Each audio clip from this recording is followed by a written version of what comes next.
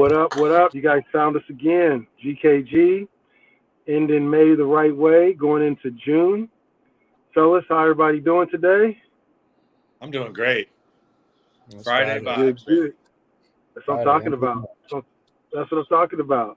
Well, as always, I'm Z, your GKG representative here for you guys. We're going to be talking about some good cannabis news, maybe some sports. We got to go over some ghost stories. It seems like that's where a lot of our fans are going to be directing us, some of our traffic and what we're going to be talking about. So, yeah, hopefully you guys are ready for a good show. You got something to smoke, something to drink on, something to eat, whatever. Happy Friday. But first, let me go ahead and introduce, well, I guess we're going to get probably a little bit bigger. The space is going to get a little crowded probably as we start going along, but let's get the best guys out the way first. To the bottom right here on my screen, I don't know if it's showing on your screen, but to the bottom here, one of the greatest people when it comes to sports gambling, sports betting, prognosticating any type of sports entertainment, I guess now, going into 2024, 2025. My good man, Big Sean. How you doing today? I'm doing great, man. Friday vibes. Like, the sun is shining in Seattle, which has been rare to start the I can't even really call it summer yet. It's day one, but it feels good, man. It feels good. It's going to be a nice weekend. Excited to be here with you guys, too. So I'm talking about. And I guess it would be to my whatever, Right. to my side over here. Yeah. Got the man who's going to be talking about all things spiritual as well, too. He's probably got some good stories that he'll add to our ghost stories. The Sasquatch man himself, Mr. Laker, Mr. Seahawk. Steve G, what's going on, bro? What's going down? Had to take the jersey out of the rafters. Good to be back, man. Yeah, man. Yeah. Well, we got some good stuff that we can get into and we can start talking. We'll probably have to circle back if we add more guests. We're going to probably have a full GKG crew at some point in the later episodes. But if you guys are down, we'll go ahead and get it started. Cheers, y'all. Let's get it. Let's get it. Let's talk about Florida. I ain't gonna talk about the Florida man. I guess we'll leave them out for once, but we'll talk about one Florida man, DeSantis. This Florida man has decided that, apparently they haven't done it yet, but they're going to be moving towards vetoing a bill that would regulate the sale of cannabis products in Florida. So he's going to veto it. He's going to kick the bill out. Why, you ask? Why would he not want to legalize cannabis in Florida? He's likely to throw out this unexpected lifeline to the hemp industry. So the hemp industry is going to be heavily impacted by this veto because it's going to regulate and limit the sale of cannabis products, but it's also going to keep Delta-9 and low-dose THC still in market, still in production, and it'll restrict the sale of all, heavy-dose THC products. Let's see what else we got here. It also prohibits the manufacturing and sale of increasingly popular and more potent products containing Delta-8 and Delta-10.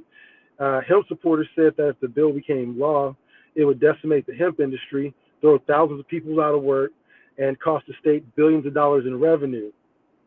By vetoing the bill, the hemp industry will keep alive in Florida. DeSantis said by adopting this strategy, he calls it basically the enemy of my enemy is my friend, which makes no damn sense as to why he would want to take that reference to it. But he said that he's counting on the hemp industry to finance basically his campaign going forward.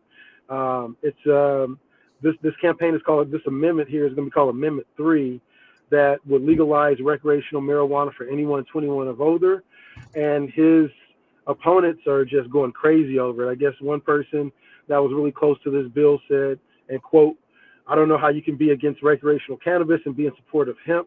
It doesn't make sense unless what you're really looking for is for money from the hemp industry." Sean, you want to go ahead and share your thoughts first? I mean, ding, ding, ding. Doesn't make, if it doesn't make dollars, it doesn't make sense is really what it comes down to.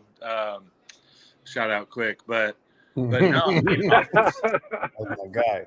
Obviously this is to me, obviously everything we say here is our own opinion, but it sounds like to me a desperate ploy from the hemp industry. Obviously we know the hemp industry has capabilities of producing a lot of revenue. They probably own tons and tons of land. They probably have tons of money involved. I think the hemp industry was part of that kind of like financier funded business aspect of cannabis where it was legal. So it got a ton of public money. And I bet you there's tons of American, classic American business strategies being applied to the hemp industry now, obviously, which goes right into the pockets of politicians. So I think that comment that you read is nailed it. Like how the only way that I can see he's splitting these hairs out of morality is there is a group of people in the country that are scared of really high potency cannabis. Obviously, we are not of that ilk.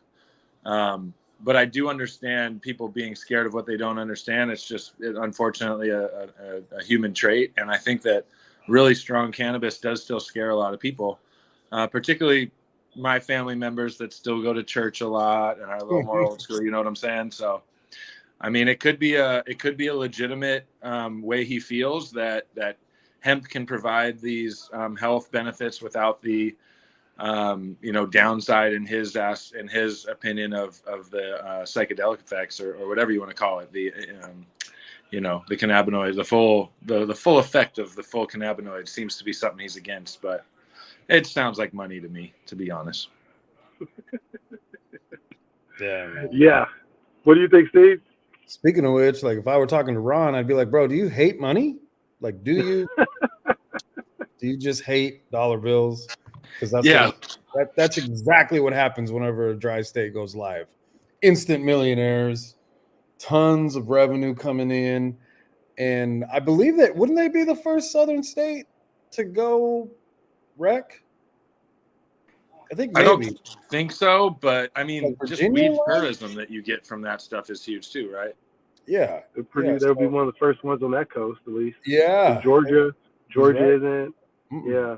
None of them. So maybe he's got a little pressure with the neighboring states, but that also equals money. All those folks are going to come over there too and spend even more money. So I think Sean nailed it. I think it's got political effery all over it, and somebody's lining somebody's pockets. And we know how that goes. I like the quote that senator made, whoever that anonymous senator was. He was just like, he called it what it was. He's like, look, man, this dude's getting his pockets laced. Like, we could see it. It's just crazy to see that, and that's going to be some of the other topics that they'll kind of be related to this. You'll start to see that it seems like recently there's been a shift or a change in the U.S. industry on how the more polarizing topics are, and it seems like hemp and THC is just like a real hot topic right now, and that'll bring us to our next one. Oh, for that one, I'm sorry. Shout out to CBS News getting the credit for that one, for that great article that we had an opportunity to speak about. Our next one came from the Texas Tribune, and it says strict rules over Delta 8 and 9, like we just talked about, likely for Texas booming hemp industry. So dig this, guys. Lawmakers are struggling to balance for demand for medical cannabis with a widely growing market that's outpacing meaningful regulations. There's a senator there. His name is Senator Charles Perry. He had a sit down at the state capitol to hear testimony on whether to ban some psychoactive hemp products from being sold in the state, or if he should continue to go like they're doing. So just to give you a little context, there was a hemp legislation legalization bill that was passed in 2019 in Texas, and it was a farm bill. Real big emphasis on it being a farm bill, not a retail bill, not a, hey, we're going to boom our industry up by, selling it in the stores. They wanted to empower the farmers for cannabis to turn this into Bibles and, shoes and clothes. They thought that was the intention of legalizing this, right? And I can say this with 100% clarity. Why? Because Senator Perry, he made sure that 5 years ago, he made that statement when they were all discussing this. And he brought it up yesterday during this hearing with all the lawmakers and the people that were coming in to speak about this bill. And he said he suspected at the time, back in 2019, that this exact thing was going to happen, that they were going to approve this bill. People were going to look at the gray area, and they were going to be like, all right, cool. We can be able to figure out how to make this into sodas, how people can smoke it, how people can do edibles, whatever it may have, turned into. But he warned them. He said, I don't want you guys to exploit this bill. I don't want you to exploit these new laws. But they did that anyway. So sure enough, that's what happened. The loophole for the next 5 years. And he said, I told these retailers, and this is quote, I told these retailers with the probably Texas accent, so I'll try my best. I told these retailers, if you guys screw this up by being cute and getting people high off of it, there will be consequences. End quote. I don't know what Perry looks like, but I just see some like Ross Perot-looking motherfucker. Yeah, he's all red in the face. He's all fired up. He's all pissed off, like really deep down to his core. But dig this. Let me down. Senator Perry was so right. There's over 7,000 stores in the state of Texas. What? 7,000. 7,000. And they're unregulated. So they're setting up in front of the churches, in front of the schools. I got the quotes on it. They said they're setting up in gas stations. They're making storefronts, bars, coffee shops, strip malls, mobile trailers. They're selling gummies, candies, drinks. This sounds like Thailand. This sounds like Thailand. Anything and everything. Oh, they're selling it anywhere and it's in every single thing in Texas that you could possibly find. And it's just pissed off Senator Perry, right? What a time to be alive. He's like, I told you motherfuckers this was going to happen.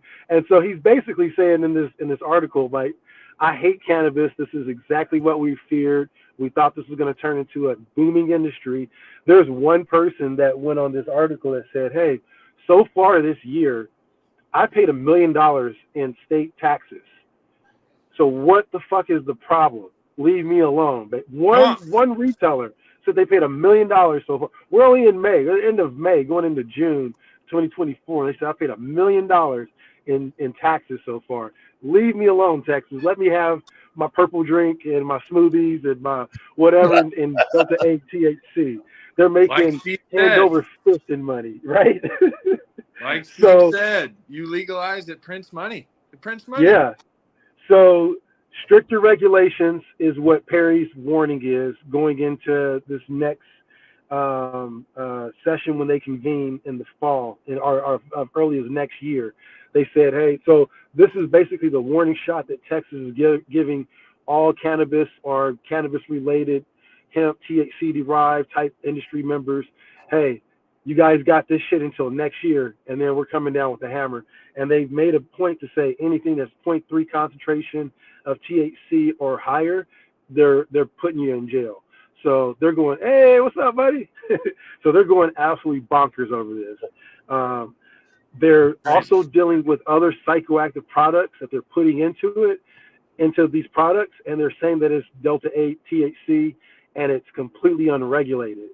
So, Steve, you want to go ahead and start with your thoughts, man? Bro, I'm about to call my cousins as soon as this shit wraps.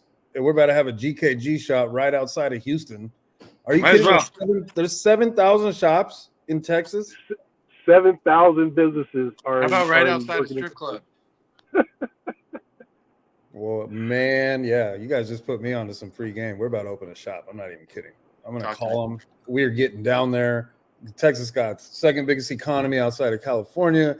That's exciting to me. I'm excited as shit. That's great. Well, keep in mind, according to Senator Perry, you have until next year until they reconvene. And he said the hammer's coming down. He said we're coming after all these guys, and we're going to reissue our rules and regs. That's cool. We'll shut it down quick. We'll light a match right out there. No problem. I like your thoughts. Yeah. I'm trying to do it, man. Yeah, it's really surprising. Texas is very strict on this kind of stuff, and they're very conservative. So sounds to me like the toothpaste is out of the bottle. And if they're collecting millions in taxes, the state treasurer might be like, hey, man, slow down with all that stuff. And let's collect our bag first. And it's not really pot, but we're still making pot like dough. So you got the treasurers look like that dude from The Wire. He's like, hey, we gonna stop this cannabis? He's like, shit. Not yet. He is Clay Davis all day. Wow. Exciting news, man. That's real exciting. Texas down there. I mean, I'm not Wow. shocked. I'm not shocked. Yeah, what you think, Sean? I think we knew that the neighboring states, specifically Oklahoma, who legalized and that's true, and brought a ton Good of money point. down there from up here, from the Northwest, from the Northeast, from the Southwest. Everyone was just waiting for an opportunity, right? And one thing humans will do, we're like water. We'll find a hole. Like we will always Pause. find a way. You gotta say pause with that one. You gotta say pause with that Pause, right? Hey, you know, it could be any kind. Pride Month coming up tomorrow, so you know, we'll right. be respectful there. But no, Yeah. but people will find a way, just like water, man. And everyone was at the border, literally waiting for Texas to give them any inkling of a green light. And I think that this is clear that no matter what they do with cannabis, because even if it's hemp, because those southern states, kind of like we tapped in with the last story, those southern states really bought into hemp. They were like, oh, this is like the new cool agricultural farming thing we can do that is within our moral restrictions, but could have this edge and make a lot of new money. So I think whether or not it's hemp, whether or not it's regulated heavily or not, no matter what, any presence of cannabis at all allowed in Texas is going to explode. I think that's what I take from this. Yeah, facts. Well, we did have a guest. I was getting ready to bring him on. I think we lost him. I think he'll be back. But when he comes back on, we'll bring the Mocha Man on himself. Yeah, that Texas one is crazy to me because, like I said, going back to the first one, what we were talking about with the THC and the Delta 8 laws and things like that, you start to see that same tone in states that, you know, are, you know, border states from legalized recreation and states that are just kind of Bible Beltish still too. They're completely against it, but their tax money's coming in for stuff that they're not really regulating, and you know they're looking at it like, hey, there's customers for it. So I mean, Florida, Texas, there's some other things that's going in between that. I mean, they're making so much money down in Texas off of Delta 8 that, you know, it's pretty crazy. So, all right, I'll hold off on the third one because I know Kelly really wanted to talk about this one. So I'll hold the news for this one, and I'll go to Chicago. We'll jump back to Chicago and we'll stay stateside. So this is, our source is theeater.com. I guess they're a food source from Chicago. Shout out to you guys. Great website, great article. Talks about in Illinois doesn't ban THC drinks, but they're battling with big cannabis companies. So what they're finding is that THC beverages is taking over the beer industry, and the beer industry is mad because they were big proponents for the cannabis industry to be on the CBD beverage side, and now they're taking over the beer industry, and it's concerning. So hemp-derived drinks, yeah, basically where it's at right now is hemp-derived drinks are non-regulated. No one's really checking to see if it's real CBD they're putting in it, or if they're just getting people completely blasted off of off of stuff. But yeah, it's getting pretty crazy right now in Chicago.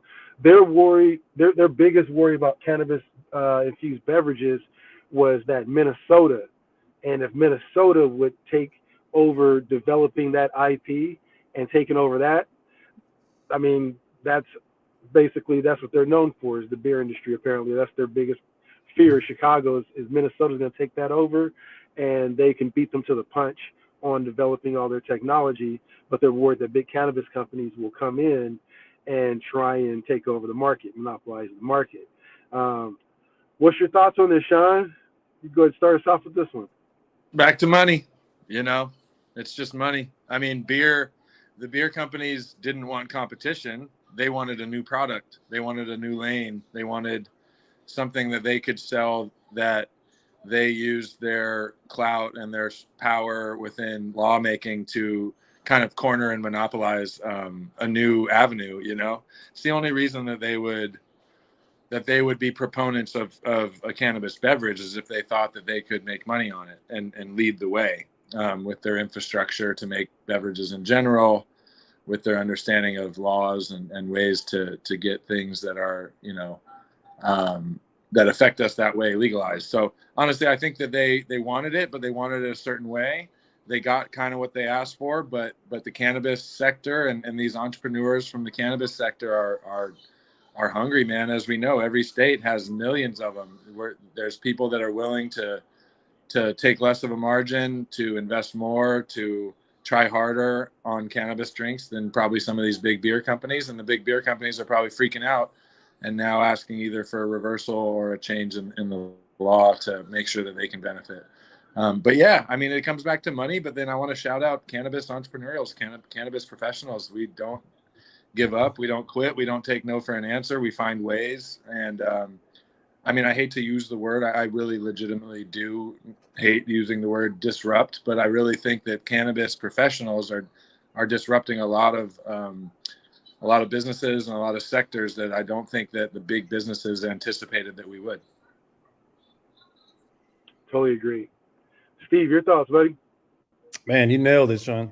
I love seeing a dent put into the big beer profit margins, especially in a major. Is Illinois still like number one overall?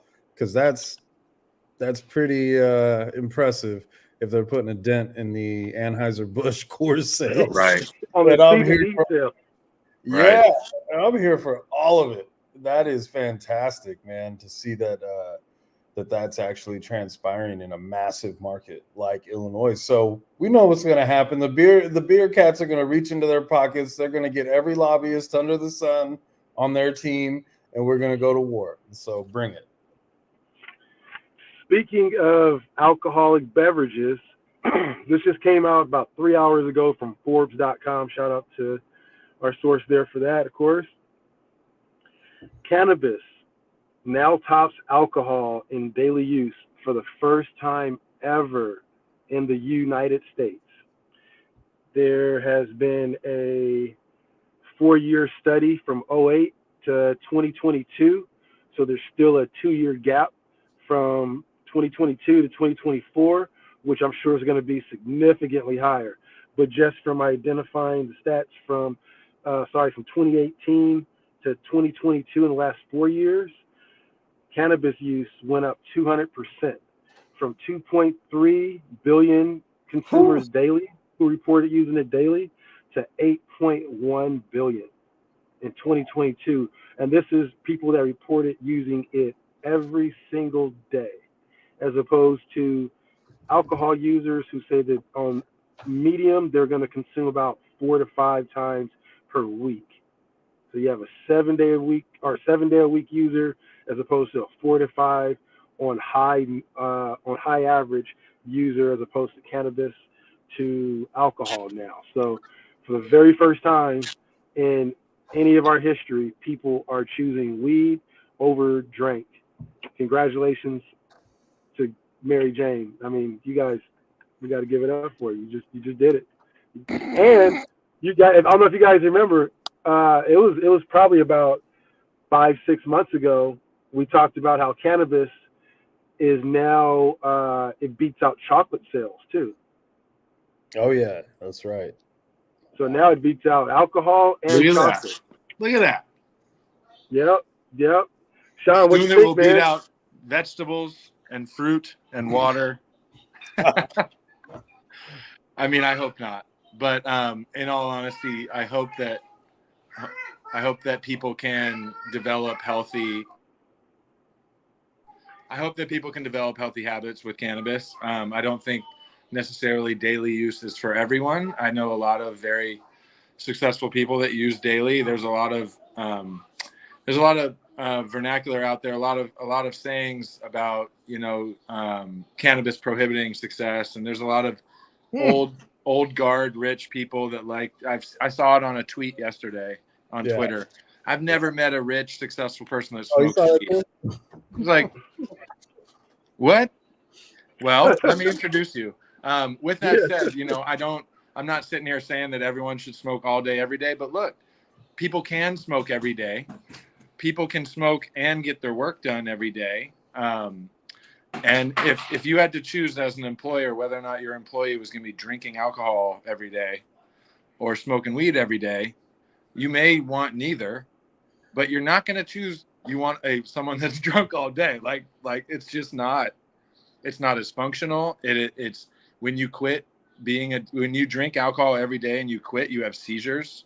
I mean, like that shit is crazy, man. Like and it makes sense that cannabis is going to be used more often and more heavily. And again, I think everyone should find their healthy balance and do what they think is best for them. But there's so many different ways to take in cannabis, small amounts of cannabis, CBD, that there's something for everyone. You know what I found interesting before I pass to you, Steve, is that it didn't mention the medical use of it as well. This was recreational. Like they didn't intertwine like, hey, people using it for their medicine as opposed to people using it for, alcohol for a medicinal purpose that's, non-useful as well. So that's pretty interesting that people are just reporting using it recreationally and they're using it over just alcohol. They're not using it to actually, go to a doctor and say, hey, I need a prescription for it. They're getting it straight from the dispensary. Go ahead if you want to share your thoughts on it. Oh yeah, I saw that too, man.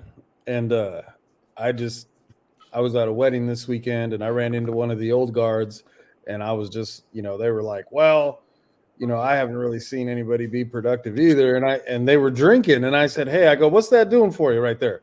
Is that destroying your liver? Let's put some stuff. Right.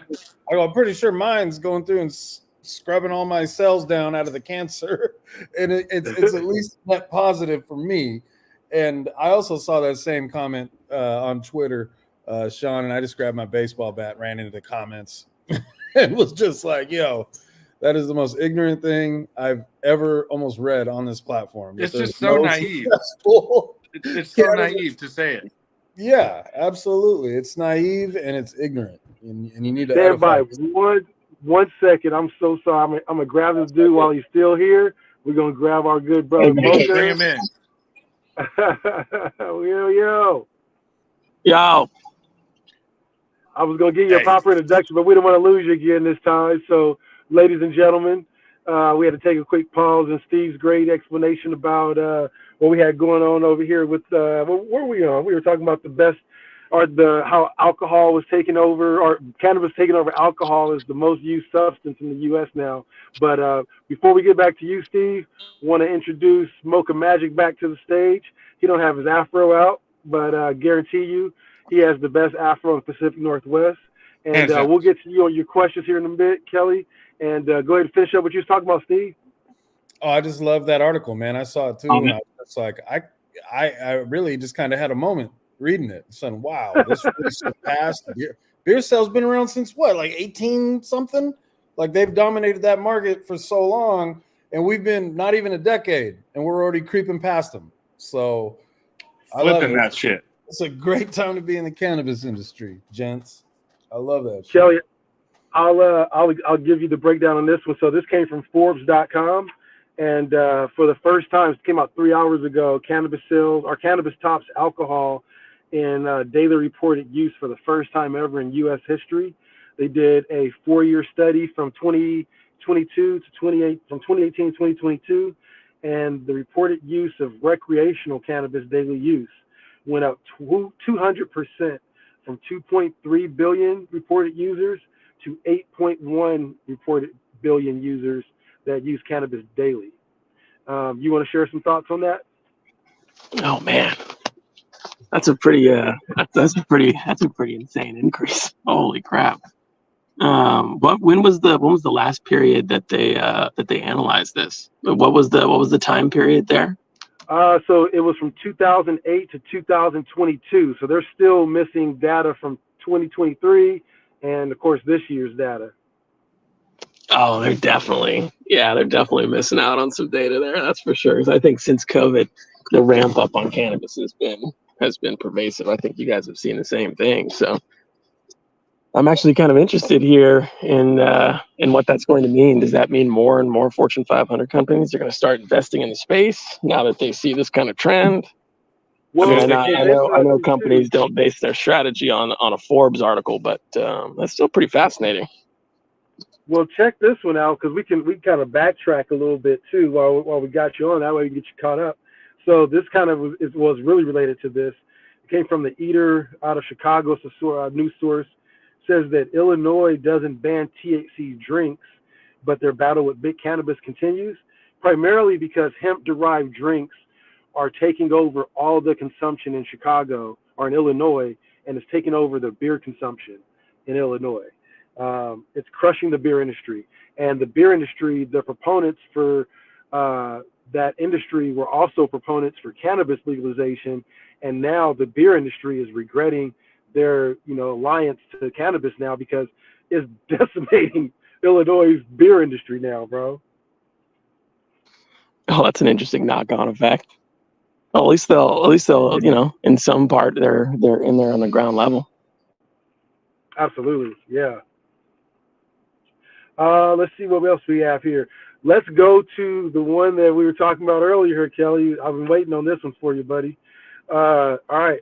Moving to Japan. We'll go international. Our source on this one was the Business of Cannabis. Thank you for this great article that you guys wrote. Japan moves ahead with cannabis reform. They've officially launched a public comment period.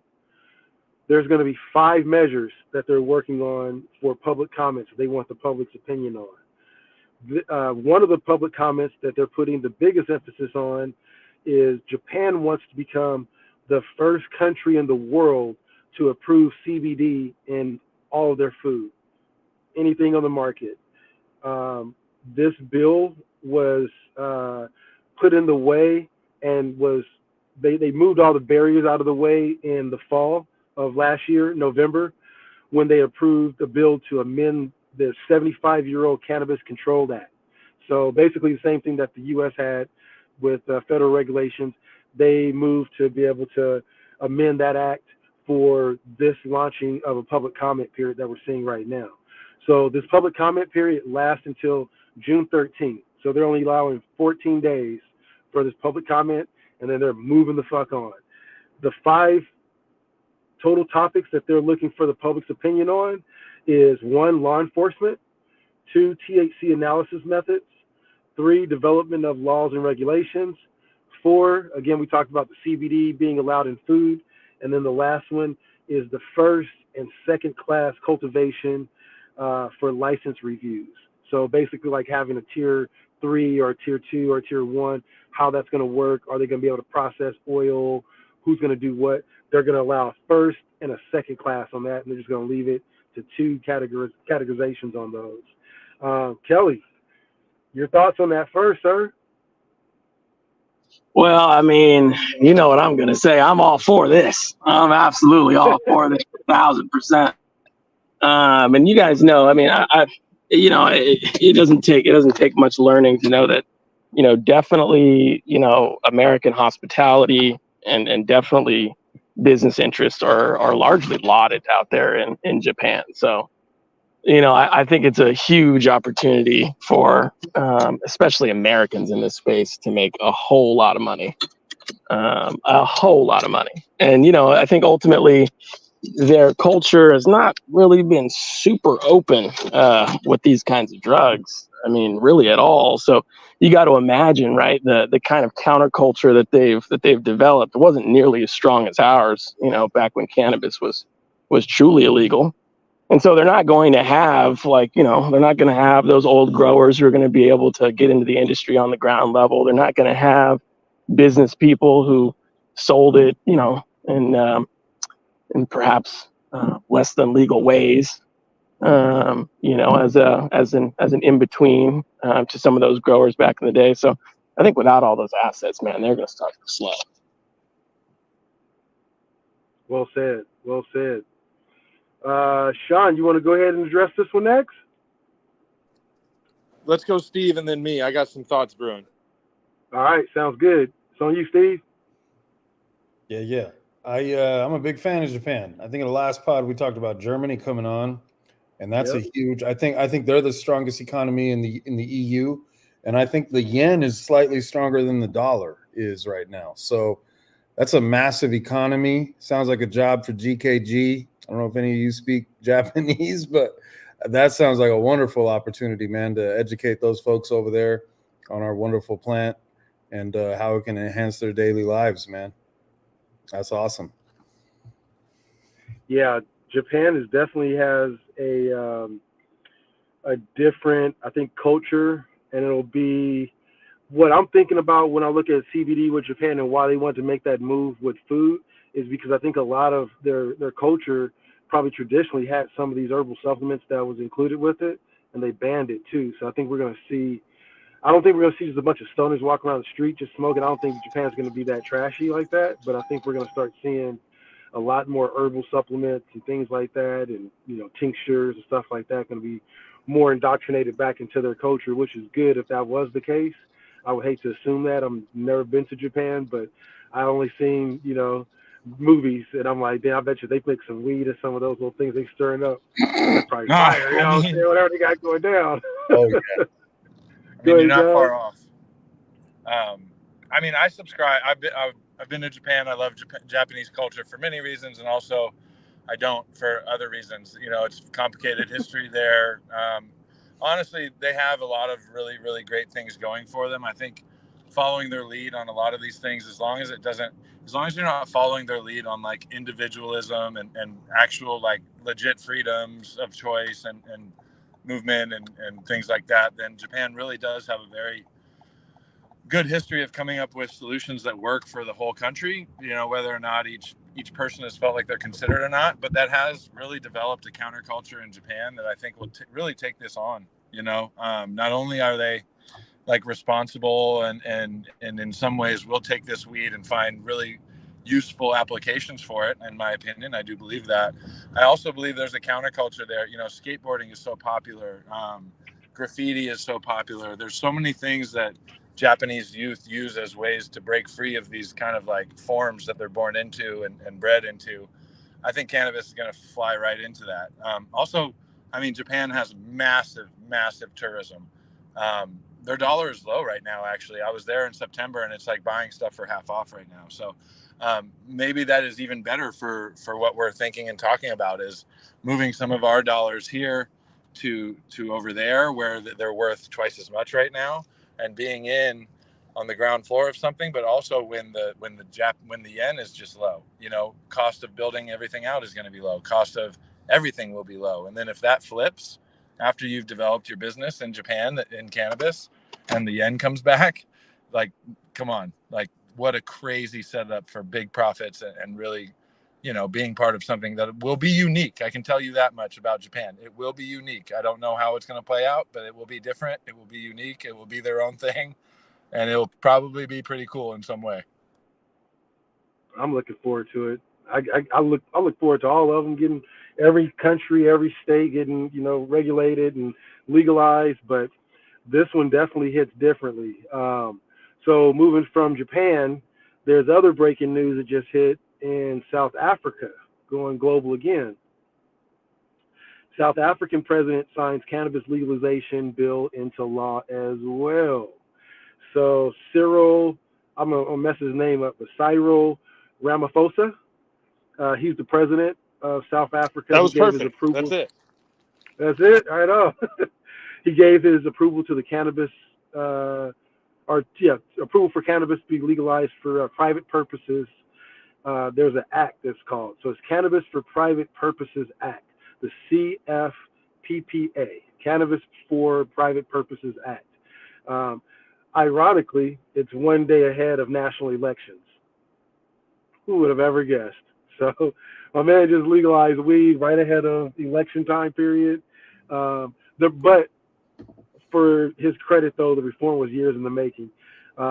With this new rule, though, any adult in South Africa will need to grow their own product, and they can be able to consume it in their private residence. Also, with this, they're going to expunge all prior convictions for cannabis as well. And they predict that passing this regulation or this CFPPA Act is going to generate over 100,000 jobs. Mocha's back. So, yeah, South African president signs a cannabis legalization bill into law. This is going to be going into effect, I believe, in the next coming weeks. They're not going to allow regulation or go to any type of medical restrictions or anything like that. If you got it, smoke it, basically. Just don't smoke in front of kids. They put a really big emphasis on this, though, as the reason why they wanted to put this bill in place is to stop kids from actually selling it, having it, or, doing anything, that has to do with it. So, Steve, what's your thoughts on this, bro? Go ahead and start us off. I love that cannabis globalization, man. I think that was a power move. We got Japan, we got South Africa now. Germany, we got them all, man. And I'm hoping it turns into a cannabis UFC where everybody brings their best weed to the ring. And I'll bring our super booth, whatever, and it'll be the heavyweight champ. I want a world tournament within the next 5 years of who has the best Akubate. Yeah, we'll call it the bong sport and get it out there, man. And we will sponsor it. Hey, it'll be GKG on the ring. And we'll see. GKG World Cannabis Tour, motherfuckers. Yeah, to see I love it, man. I love to see that it's global, and I love to see that Washington State was one of the leaders in the world to do it, and it's exciting, man. Isn't that the first African country? Pretty sure, legally. I believe so. Mm-hmm. That's dope, man. Yes, that's dope. I would like to try some of that. That'd be cool. I need some African landrace strains, man. I need to smoke some Malawi. That part. I mean, they expunged all the convictions for it, so they're not going to take you to jail for bringing it out, but you just can't grow it or consume it, they say. But there's nothing that's in that regulation say you can't ship some landrace strains now, So I guess that may be some gray area there that maybe some people will pick apart and kind of exploit, like good old Texas was doing with the hemp. Look, people find a way. Yeah, man. They do. Yeah. Kelly, what's your thoughts, bro? Well, my thought is that it could be the point, right?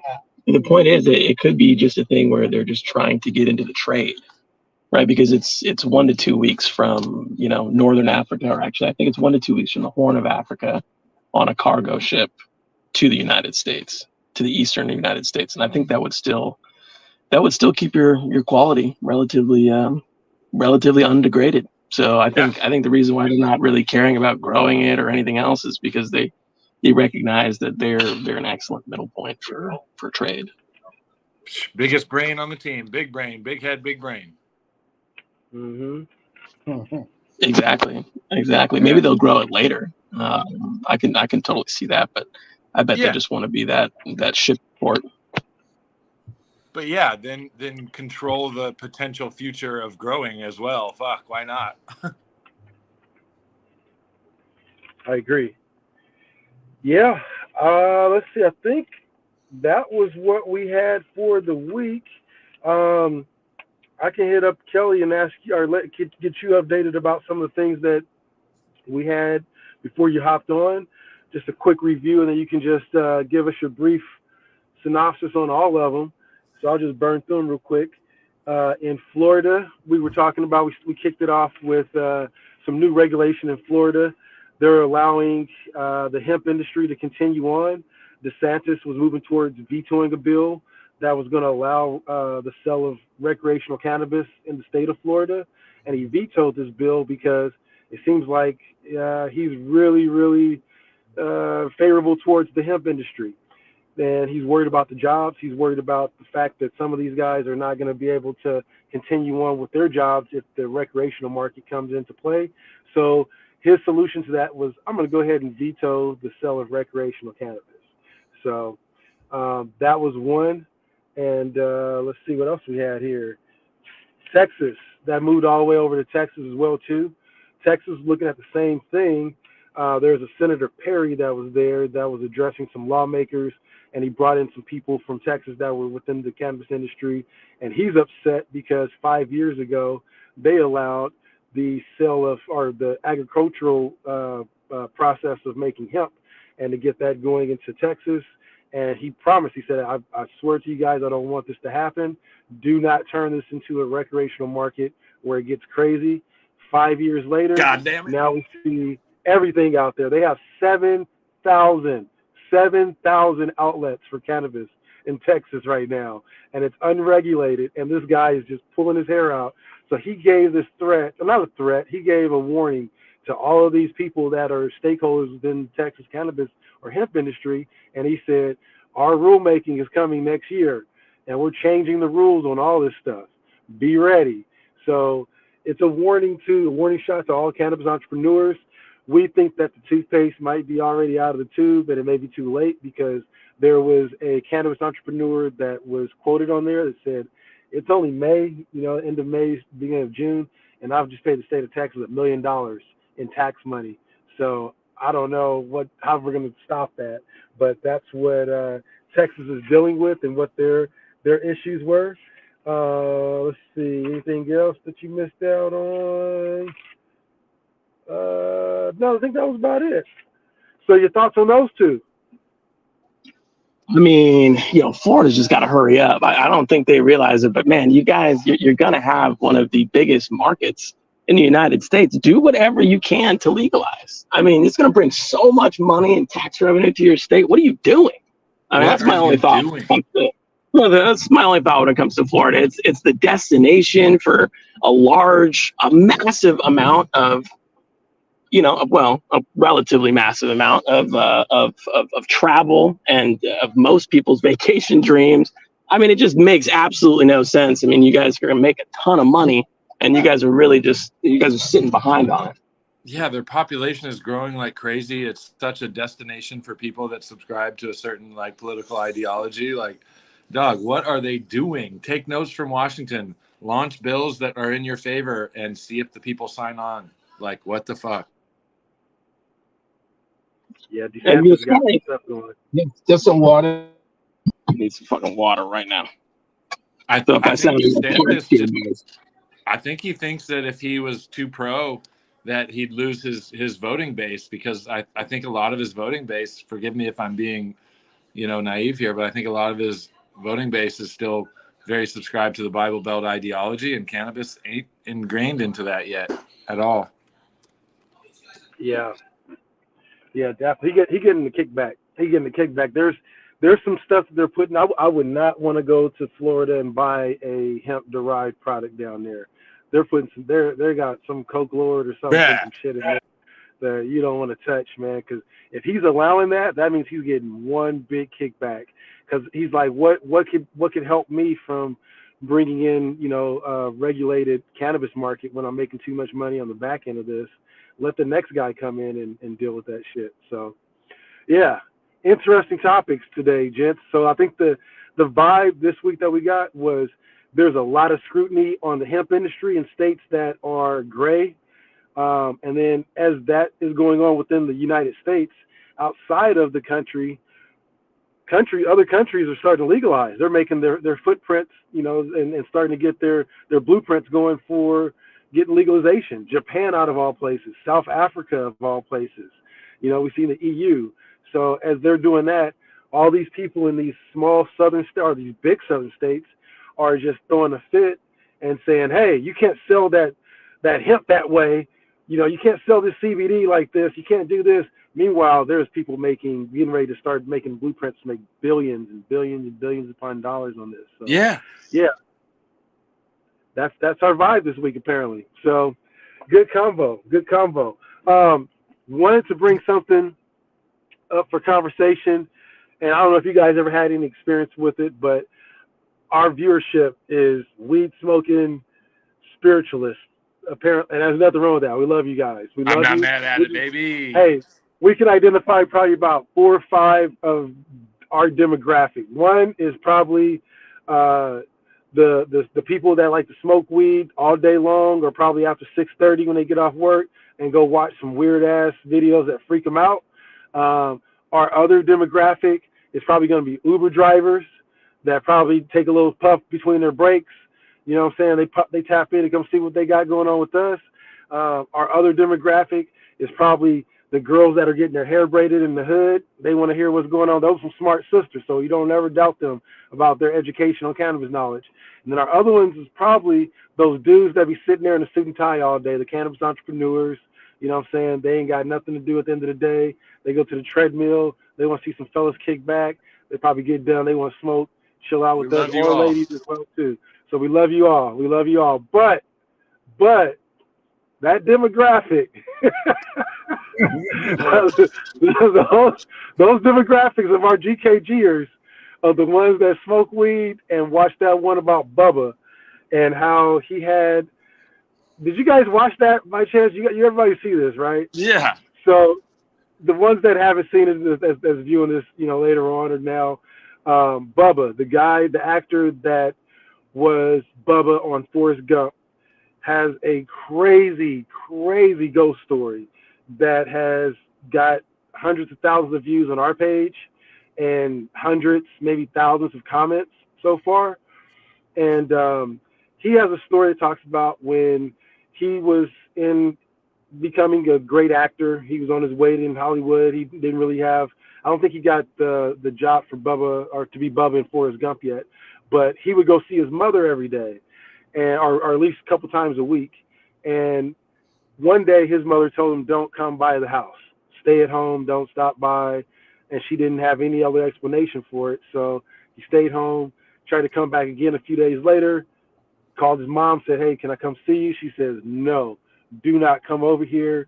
So then a few days after that, she calls him and tells him that his friend is going to she saw the death on him. He had this, look on him and he was going to die. And I guess a few days after that, he gets a phone call from his buddy, and he finds out that his buddy died previous to that. And he gets a phone call from his buddy saying some craziness like, hey, save me, come get me, help me. And it sounds like this dude is in a very, very dark spot in the atmosphere someplace. Who knows? Bring back Kelly. And yeah, it got the attention of hundreds of thousands of viewers across YouTube, to the point to where the comments are very disturbing. And people, one of the main things people talk about, like people have actually went through these type of phenomenons, and the main thing they say is that if this occurs, to pray to whoever your deity is, whoever your God, whoever you worship, and pray for his soul. But I was curious if you guys have ever experienced or have heard of anything of this type of magnitude. I'm going to get mine out of the way because mine's quick. My answer is no. I wish. Honestly, I think I'm prepared at this point in my life. Like when I was a kid, I was hella scared of like the potential for ghosts and all that shit. And then I don't know if it was like mid 20s or 30s. I was like, fuck it. I'm ready. Like, come on. Like, I want to see some shit, like, but no, not yet. But I'm extremely intrigued. And as I get older, I realize that anything is fucking possible. And our expectations of whatever we're doing and living in probably aren't 100% correct and accurate. So we might as well entertain some different ideas. So I'm all here for it. That's what's up. More or less the same. I haven't seen shit. I've seen some weird lights in the sky, but I ain't never seen no ghosties. That's for damn sure. I saw some weird lights in the sky like a month ago, and I swear to God it was aliens. And then I found out the next day it was fucking Elon sending a bunch of Starlink fucking things up in the sky, and I was like, man, I thought that was my time. Happens all the time, man. It's the same thing. I'm just calling Elon the alien. So I mean, it is an alien, yeah, it was. What about you, Steve? Man, I have one story, and it was my bachelor party before I was getting married about 20 years ago. And I was in my homie's house, and he had been telling me that his house had a lot of weird stuff go on. Oh, shit. I personally had never experienced anything. So we're in there about 1 a.m. We're just done with the bachelor party. We're making some grilled cheese sandwiches in the kitchen. Oh, y'all are high. We're trying to be – no, actually we weren't, man. We were trying to – be quiet because his mom, who was elderly, was asleep downstairs. And I'll never forget this. You guys remember Fossil, them big ass Fossil watches that were like metal? They were cool back Yeah. then. Oh yeah. They were Oh, Yeah, cool. paperweights. They were heavy. They were real heavy. I took my Fossil watch off and I put it on the counter. And I mean, I put it a good 3 or 4 feet away from the edge. And he was telling me a story, and I had said something like, man, I've never seen nothing like that in my life. And before I knew it, we were both standing there. My Fossil watch flew off of the counter onto the floor and made a loud bang. Bruh. We acted like nothing happened and just kept making our sandwiches. And before we knew it, we heard some like very old music kind of just come out of the wall.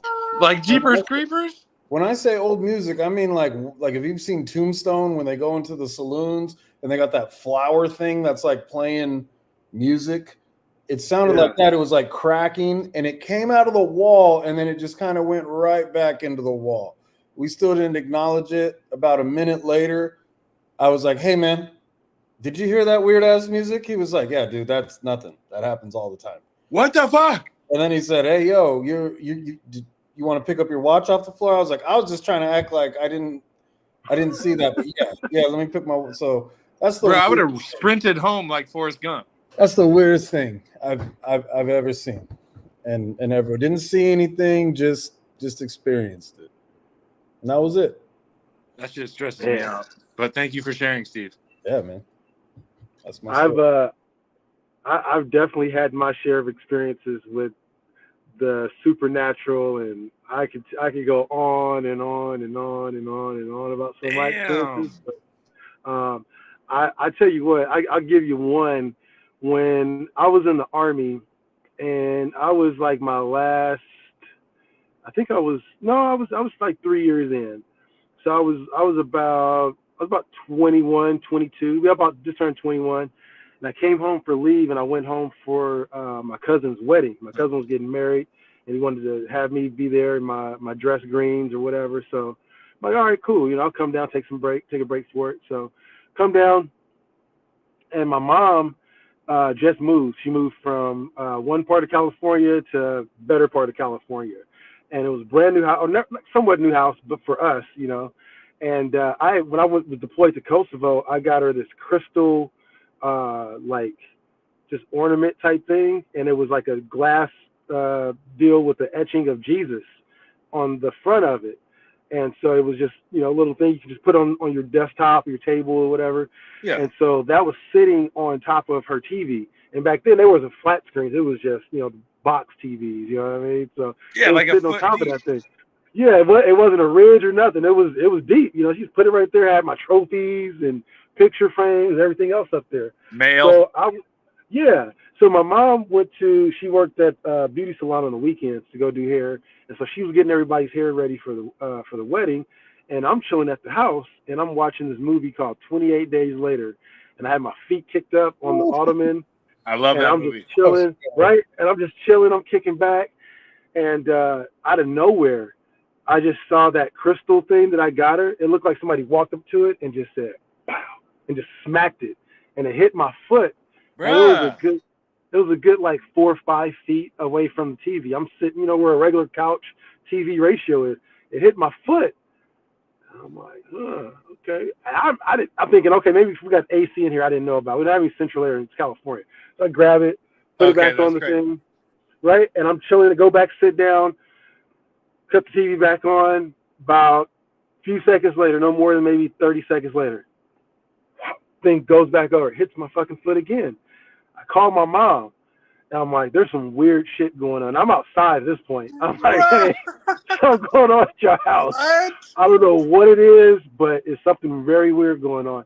She's like, oh yeah, that's fine. That's Big Mama, or my great grandmother. That's fine. Bro. That's her. She just be in there. She's just saying hello. I'm like, nah, they just do that Jesus. It gets crazier. So then later on that night, she's cooking and she's cooking like pies and like gumbo, and like, so it's steamy in the house. So I see on the window, on her sliding window, it looked like somebody just went like just blew on the deal, and it was like stars, like all these little stars that were like making up right there, right? So then I go to bed that night, and I'm in the room, and I'm laying down, and I could hear somebody in the kitchen rumbling.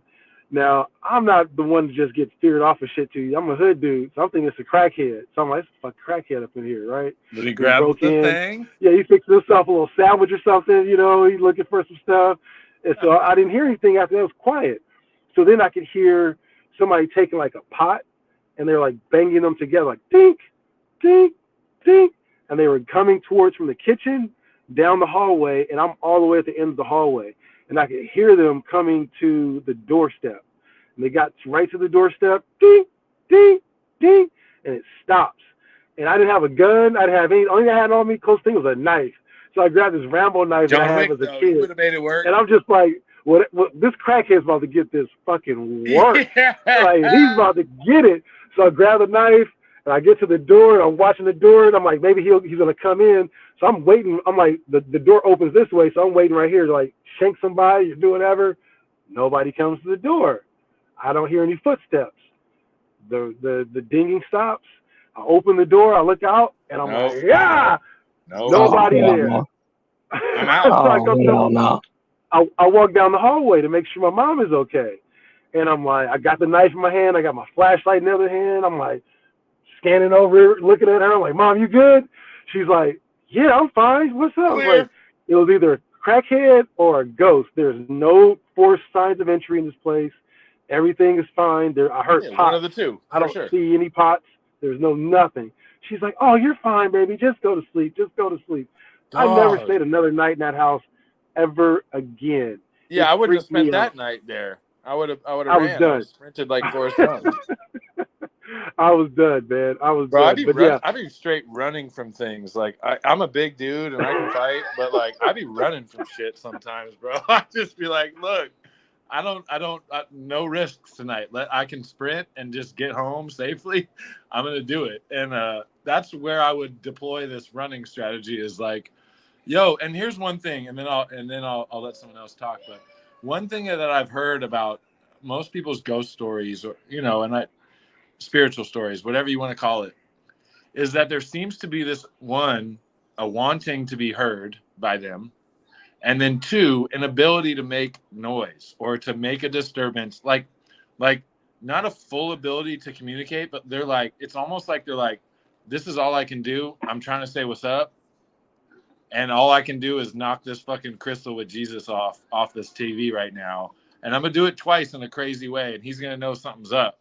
But like, there seems to be this like restriction to how they can communicate if this is what we think it is. But then an ability to communicate in a certain way, like to just kind of freak you out a little bit, unless you're your mother who's like, that's just right. Like this acceptance of the spiritual world being present in your house, really, or your life, but really your house, because it really comes down to like dwellings. My first girlfriend, and we'll talk about this in another story, lived in a house. She had 6 siblings. She lived in a house with all of them and more people. And there's a lot of ghost stories from that house. We'll get into it next, but like the acceptance of the household ghost is a topic that we need to get onto, because it's almost like, Zach, that people go through the experience you went through, but if you can't run, if you got to stay in the house with that motherfucker, you like make peace, and you're like, all right, we're good, we can coast. I'm making no peace, man. I'm about to sleep in a salt circle, bro. But I've seen it. I've seen this just general acceptance of the spirit in the house, and it's like, yo, all right. I mean, yeah. So when I was a kid, I lived in my great grandmother's house, right? And me and my mom. And she would talk to my great grandmother. She died in that house. And that was like, she was raised with her great grandmother. Like, she was a little girl that would just be right under her grandma, would cook with her, do the dishes. And so my mom, I would see my mom's hair back in like the early 90s, like just flare, like somebody would just like mess with her hair. And I'm like, Mom, there's no windows. What was this? Like, she'd be washing the dishes. She's like, oh, that's just Big Mama. She just coming in here messing with me. She used to like to mess with my hair when I was a kid. So the acceptance, what you're talking about, is fucking real, bro. Like, she fully accepted it and just knew what it was and what that energy was from her messing with her hair, because she would do that, mess with the back of her hair, like flare it up as a child. And I'm like, what? And I was raised on that, which now I think that at some point, I definitely know that psychic mediums are 100% real, like without any doubt. I listened to a podcast the other day that talked about Ouija boards and why you don't fuck with Ouija boards. Oh boy, we should leave this one open-ended. Yeah, the history behind that shit is fucking crazy. Like Mattel ended up buying them out for $1 million, but the guy that created that Ouija board, he told his daughters back in the day, he said, do not sell this material, this concept to anybody. And there's been people that have had demons or energies that travel with them. That's how it started. The daughters would have. Bro.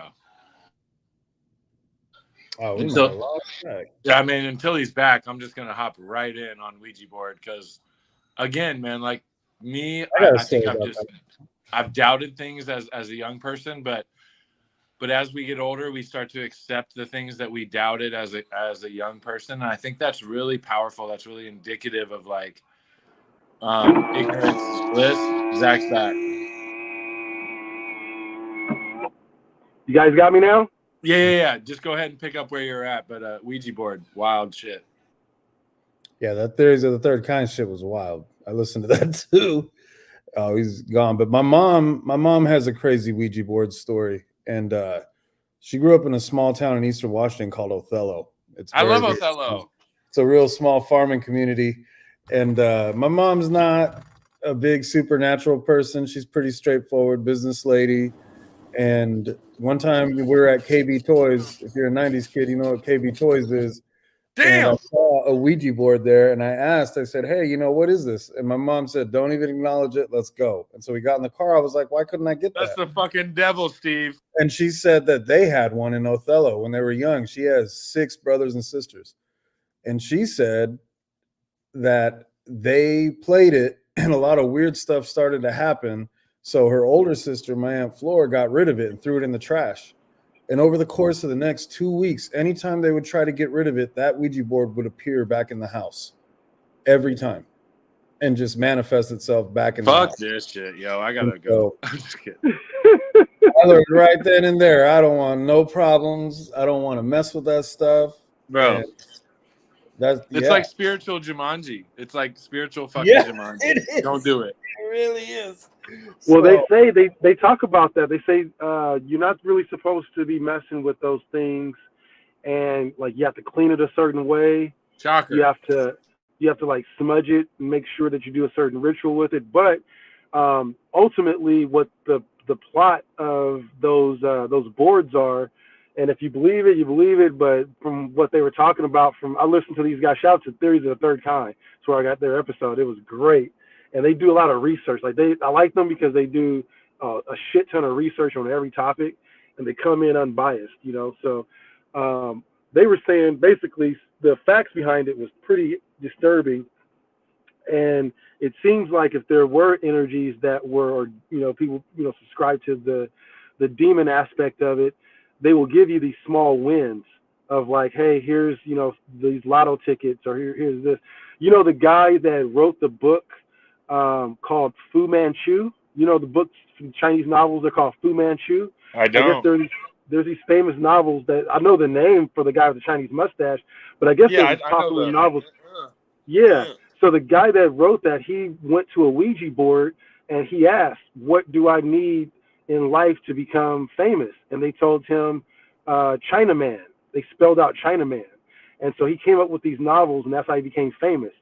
Also, did you guys know that the guy that started the AA program, the Alcoholics Anonymous, he came up with a 12-step program from using a Ouija board?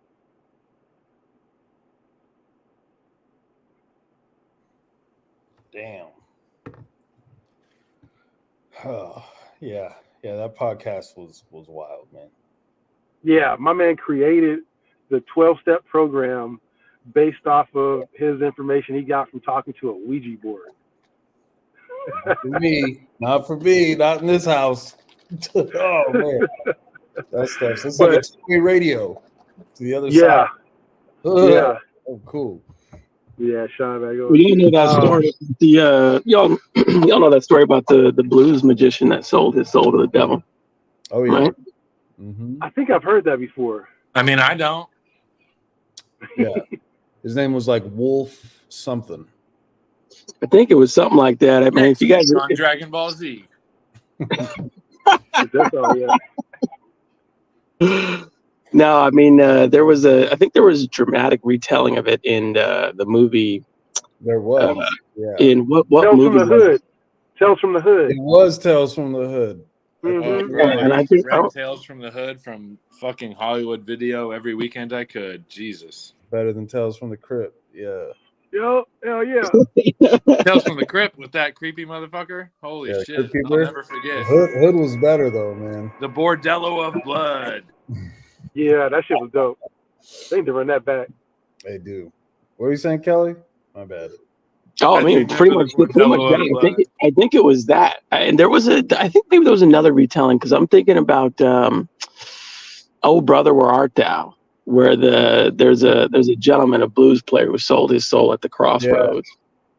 Yeah. There's a pretty famous story about somebody Really? writing a song about hellhounds tracking him down at the end of his life. I'm trying to remember what it was, but folk singer. Yeah, I had heard that story when I was really, really young, and that put the fright in me. Yeah, there's a movie out right now. You guys probably heard of it. Just came out. It's called like Night with the Devil or something. And basically, bro, I cut it on for 10 minutes and the vibes in my house immediately shifted. So I cut that shit off real quick. You were stoned, basically this dude goes on live TV and does an exorcism, and the national audience that's watching the exorcism live, whatever the entities are, go right through the TV into everybody's house. So we get nationally like possessed, and I made it like 11 minutes and I was like, I'm cool. Yeah, that edible hit, and Steve was like, I'm out. Pull the shoot. We're done with it. Ironically, from reading the comments about that story that we posted, there is a lot of people that have been getting phone calls from relatives that die, and they get a call after they die. Yeah. It's a alarming rate, and they're like, either they're really good at just writing some bullshit, or they're just really spooked out about it. I mean, my vibe is they're seeing spooked. Yeah, what's the angle of like making this up? There's no monetization. It's just like, bro, these people are telling their truth. And that's why I come back to this. Like, there's like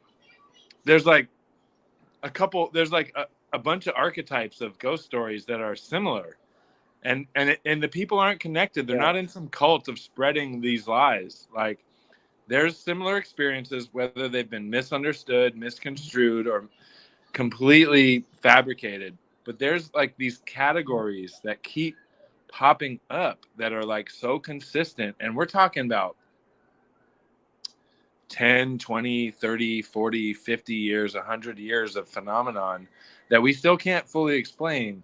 But there seems to be these like general categories, right? Like of like in the home, but then accepted, or like via the phone. Or my dad, and this can be open-ended, but my dad believes that his the people that die that are that view him as important come back as birds and come visit him as birds. And there's a lot of people that believe that. Crows, well. crows, absolutely.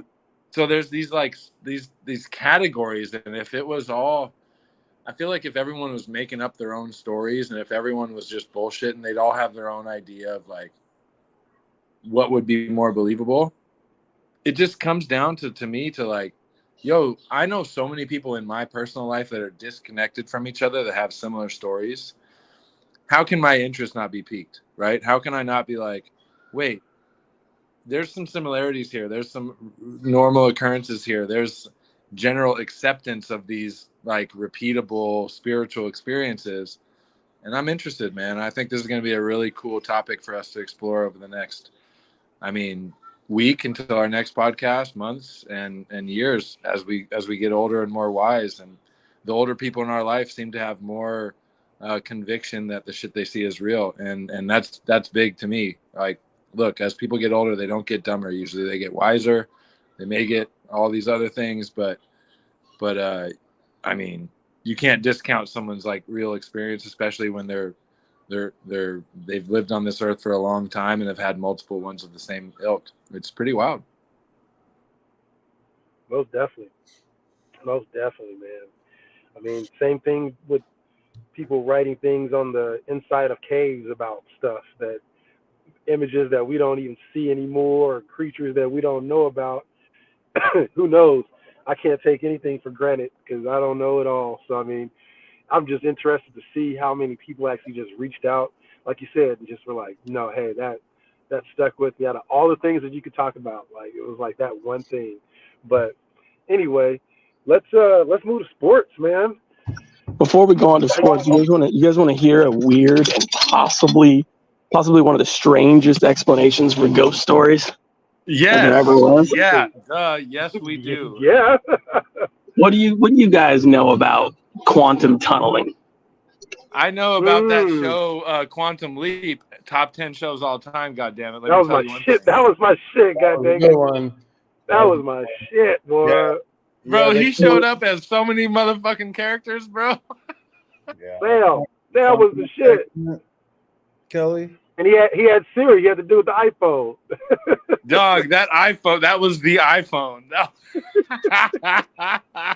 my bad, Kelly. Go ahead, bro. Yes. I have So I do know what you're talking about. People saying basically like they have like a quantum leapish type effect, and we're talking to other people in different dimensions that maybe even ourselves, right? Yep. Kind of, but think more quantum tunneling. Well, there is the many worlds theory involved with some quantum science there for sure. But a more fun explanation for, in my opinion, ghost stories is the phenomenon of quantum tunneling. So what if I were to tell you, gentlemen, that if you were to, let's say you were to stand on a roof, right? And let's say this is a theoretical roof. That roof lasts forever, all of time, let's say, right? And let's say we were to just roll the dice on you standing on that roof every second of every day for many, many, many, many, many, many, many, many millions of years, right? Well, I mean, it sounds terrible, but yeah, let's go. Well, let's just imagine then that because of the, essentially an uncertainty principle and essentially where electrons may be in an atom, because of that, there is a small chance that, but it's a really small chance actually, like mathematically extremely small, but there is a small chance that at one point in those many millions of years, you will just quite literally fall right through your floor, teleport straight through it. In fact, given enough time, this is going to really blow your mind, trillions of years, trillions upon trillions, but maybe even now, right? There could even be a possibility where an entire human brain is arranged somewhere in the universe because of the random dice rolls of atoms and quantum tunneling. A whole human brain capable of surviving in the vastness of space. So I would think that it's pretty possible for Sasquatch and stuff too. Bruh. Subscribe. I need to hear this on Monday so I can like have a chance at comprehending. It's Friday. I've had a beer and a half. What the fuck are you talking about right now? No, I hear you, man. Holy shit. I mean, that's good shit, Kelly. Wow. At Food for some thought. point, though, that theory with Sasquatch has been like prophesized. Like people are really putting some deep discussion. I know Steve can probably talk about that, but Kelly, you onto something, bro. Like for real, because they talk about how, well, I don't know. There's been reports of like people that have went missing, and they don't have any, they have physical limitations that would stop them from making it to like the top of like mountains and shit, and their bodies are like being found like perfectly clothed like top of these mountains. I mean, there's some theories around that, you know what I'm saying? But they're either that or there's some random ass, really in shape, just impenetrable serial killer that's running those mountains. Bruh, I can't make it to the top of Mount Adams, let alone Mount Rainier right now. A motherfucker with disabilities is not getting to Everest. Let me tell you that much. But I will tell you one thing, man. I play a lot of video games in my history, and there's one theory I want to leave as open-ended. I've played a lot of simulation video games. Let's just assume that there aren't. Is this a game that simulates real life? And it can simulate real life so realistic sometimes that you think that you're like raising a kid because you have to like change this, blah, blah, blah.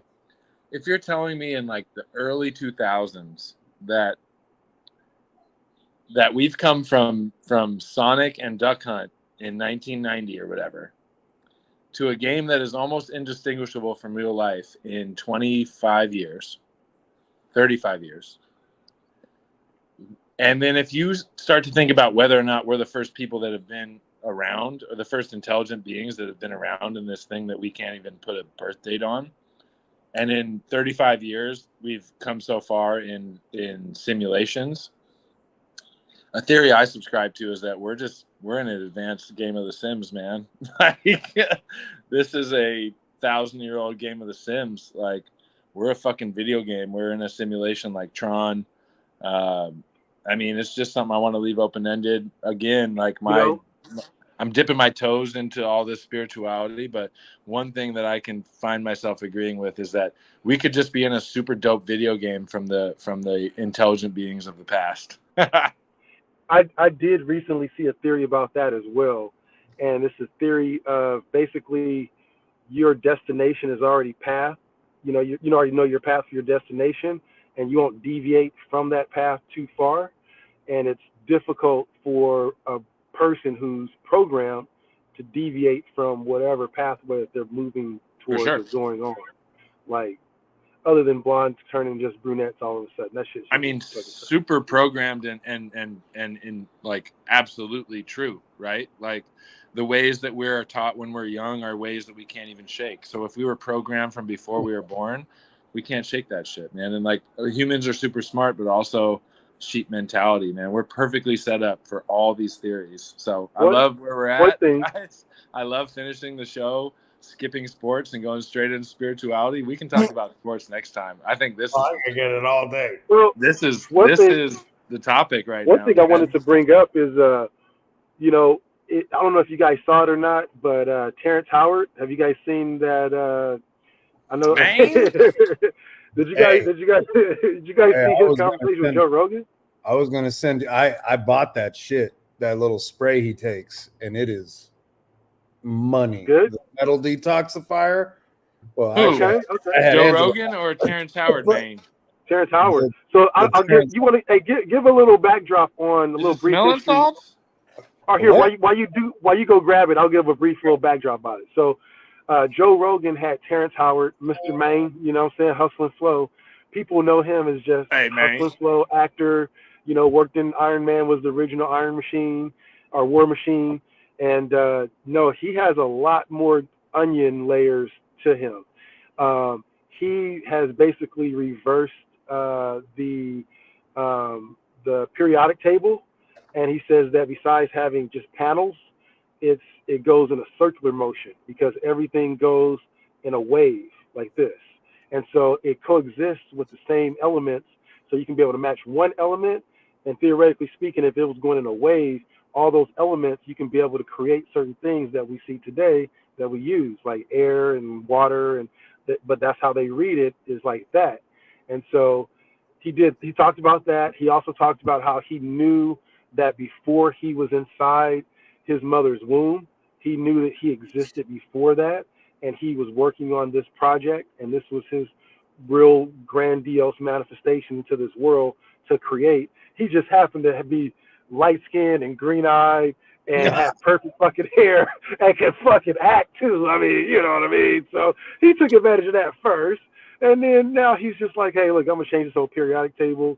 He had Neil Tyson basically like tell him, hey, look, I read your shit. Don't hit me up again. Don't talk to me ever again. Like, this is it. Don't. I could hook you up, but don't ever send any more correspondence to me again. And so they're just discrediting him, making him seem like a fool. And Joe brought him on the podcast, and I believe they talked for 3.5, damn near 4 hours. Go ahead, Steve, take him there, bro. Whoa. This shit right here called Pure Body Extra. And Hey, this Pure Body, listen, hey, y'all need to contact us because yeah, hey, this we need stuff, to do sponsorship. this stuff I mean, right big here, facts. We'll blow your shit up. this will have you feeling like Superman. On the second day, all my tiredness went away. All the What was the name of the company again?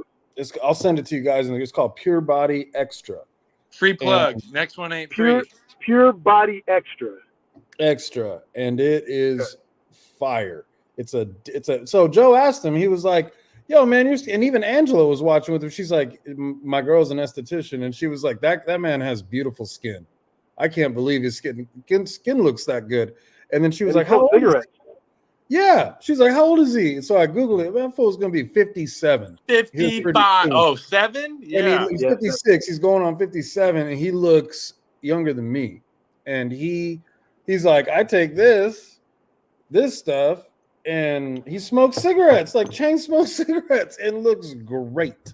So psychotic behavior, by the way. But anyway, for like a couple weeks, and yo, man, this stuff's money. It's working.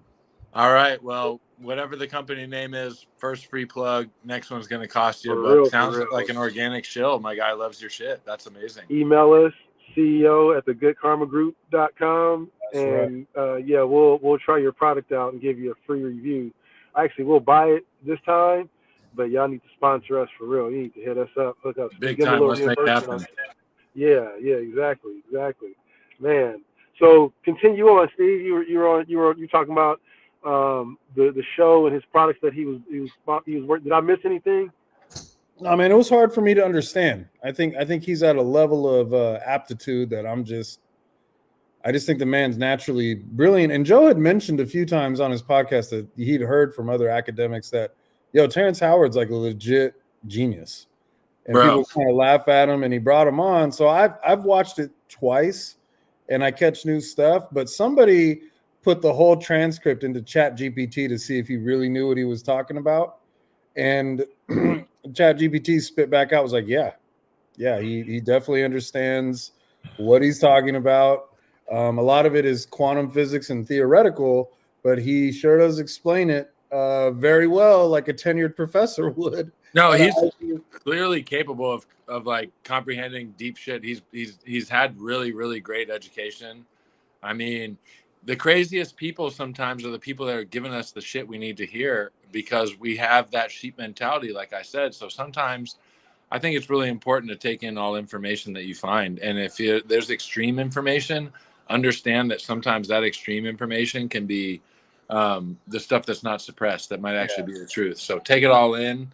I think this channel is a great place to like foster some of these like, ideas of like what you believe in or challenge what you believe in. I think it's going to be really fun for us over the next however many episodes to kind of explore this some more. It's absolutely super intriguing. Obviously, I think we could sit here for another hour and talk about this stuff, guys.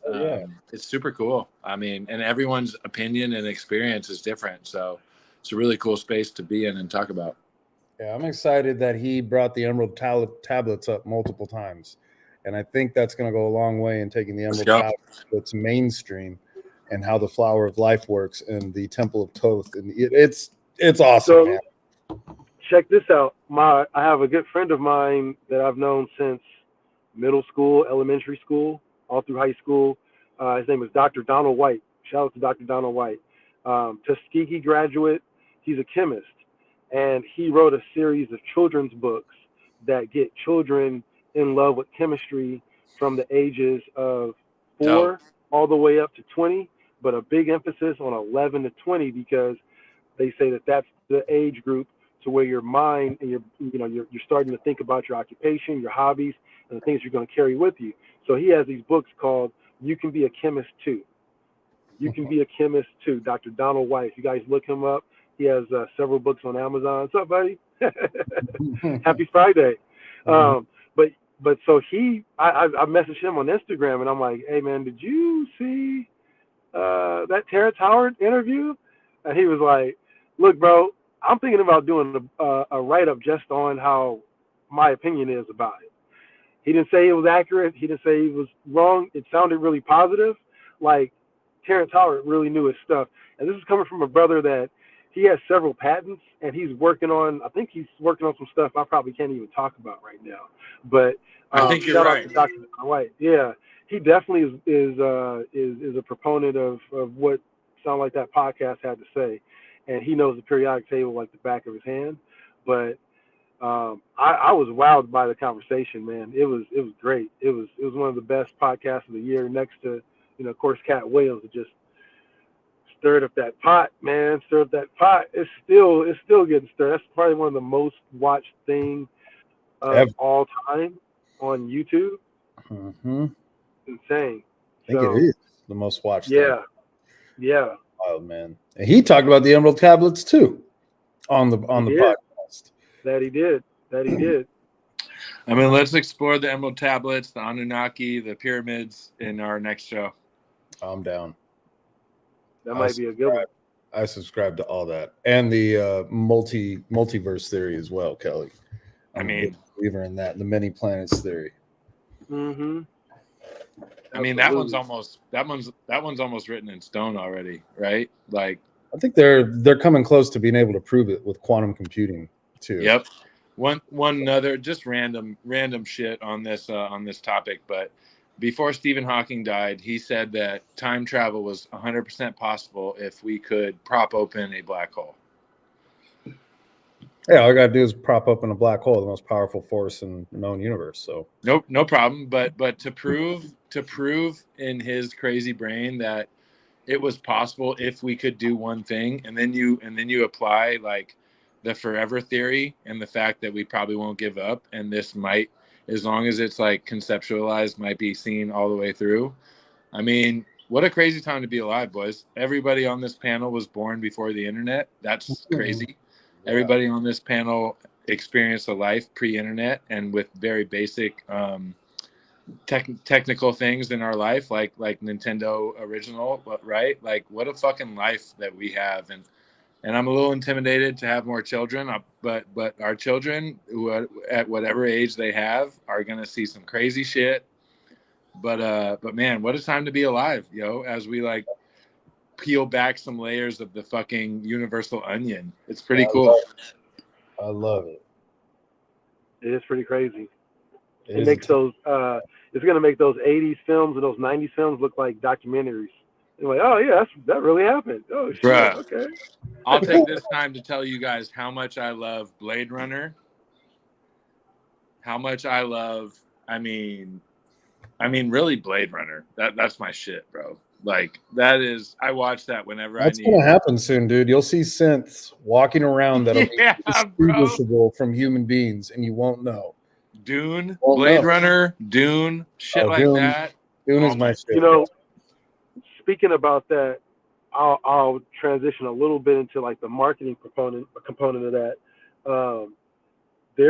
I've been listening to a lot of lectures and seminars and stuff, and one thing that they're talking about is imagine the future, which is going to be very soon, to where we won't be having these conversations.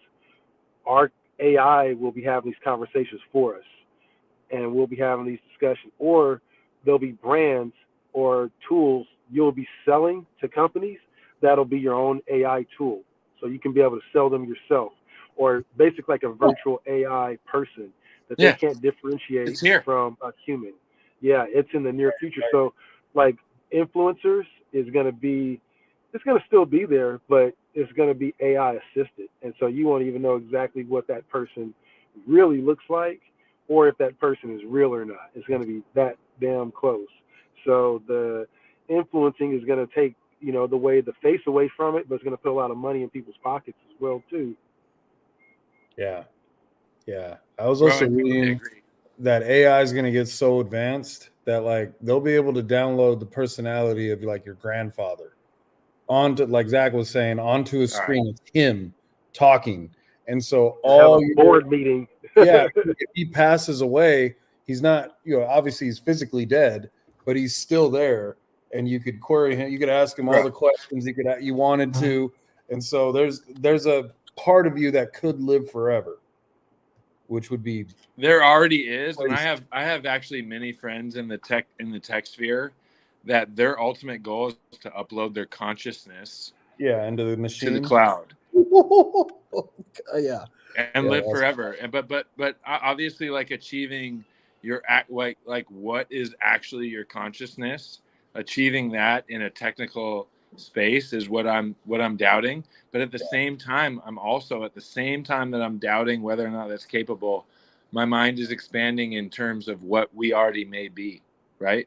Like, we might already be that. We could just be a very believable consciousness, that, because consciousness is memories attached to experiences. It's a mathematical fucking equation, bro. And so I have people in my life that want to upload their consciousness to the cloud and live forever, and they believe that that's true. I'm still of the thinking that our consciousness, as we view it and experience it, is organic. I'm open to the chance that I'm wrong, but with that said, I'm down to do either or. Try to just promote my consciousness as an organic thing that maybe can be held on to for a long time, or upload an organic version of my consciousness to the cloud and live forever.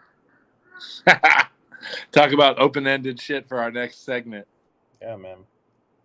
It's weird times. Well, good times.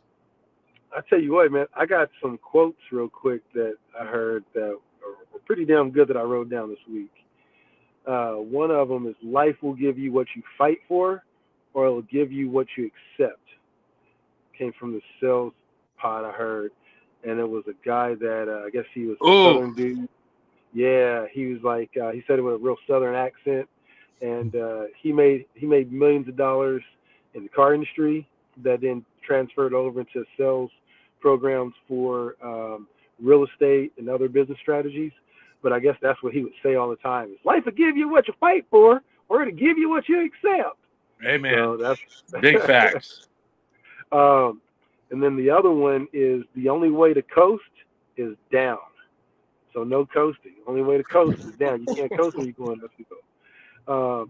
And then this one is pertaining to a loss. Like, if you have like a shitty day at work, and it's just kicking your ass, some advice. And if you don't find something to progress in, you're gonna go backwards. So, oh my God, talk to me. As you're having those crappy days, you have to create something in your life that you're going to progress in. Bruh. And if you don't do that, then that other, like we talked about, different realities, that other reality that you live in your work life or whatever stressing you out, is going to really hold a true burden on you. So you got to get those small wins. It's all about getting those little wins, basically what I took away from it. And you can't be coasting to be able to do that, from the other quote. And you only be able to get what you fight for, or to get what you accept. Free game, listeners. Free fucking game from a veteran, literally and figuratively, in the game. Someone you should listen to every time they speak. Free game, man. I got it written down. I keep it right here on my dash, so that way I can see that one. That's some good ones. But man, I don't know. Those are key, bro. I hate to put you guys on the spot, but if you guys got any good quotes that you want to live, or that you guys live or stand by, I mean, I got it. It's all yours. Look, I got quotes I live by too. So, I mean, number one, everybody that's listening needs to know this. Everyone that's on the panel knows this. Anyway, there's never a second chance at a first impression, y'all. The potential of what you can achieve with your networking efforts, if you make a good first impression, is immeasurable. I like it. I love it. Absolutely. Man, one that I just generalize, I tell my boys, is, I'm not above you, I'm not below you, but I'm just right here with you. We're just equal. And I just look at that for everybody. Just not above you, not below you, just gonna treat you with respect. We're equal for just about the most part. That's about the only one I think. That goes along with the saying I love. This one is treat the janitor like you treat the CEO. Yes, I love that one, man. Treat the janitor just like you treat the CEO. Yep, exactly. Most people are rare, and I love that quote. I try my best to do that. You're great at it, my man. Not always successful, but yeah, bro, that's one of my favorites of all time. I got another one. So, I mean, this one is the most obvious and basic of all, but who knows who we're speaking to today's. Never burn a bridge, y'all. Look, never burn a motherfucking bridge. That's a good one. You got to burn it, blow that shit up. Blow that shit to hell. Yeah. There's nothing left.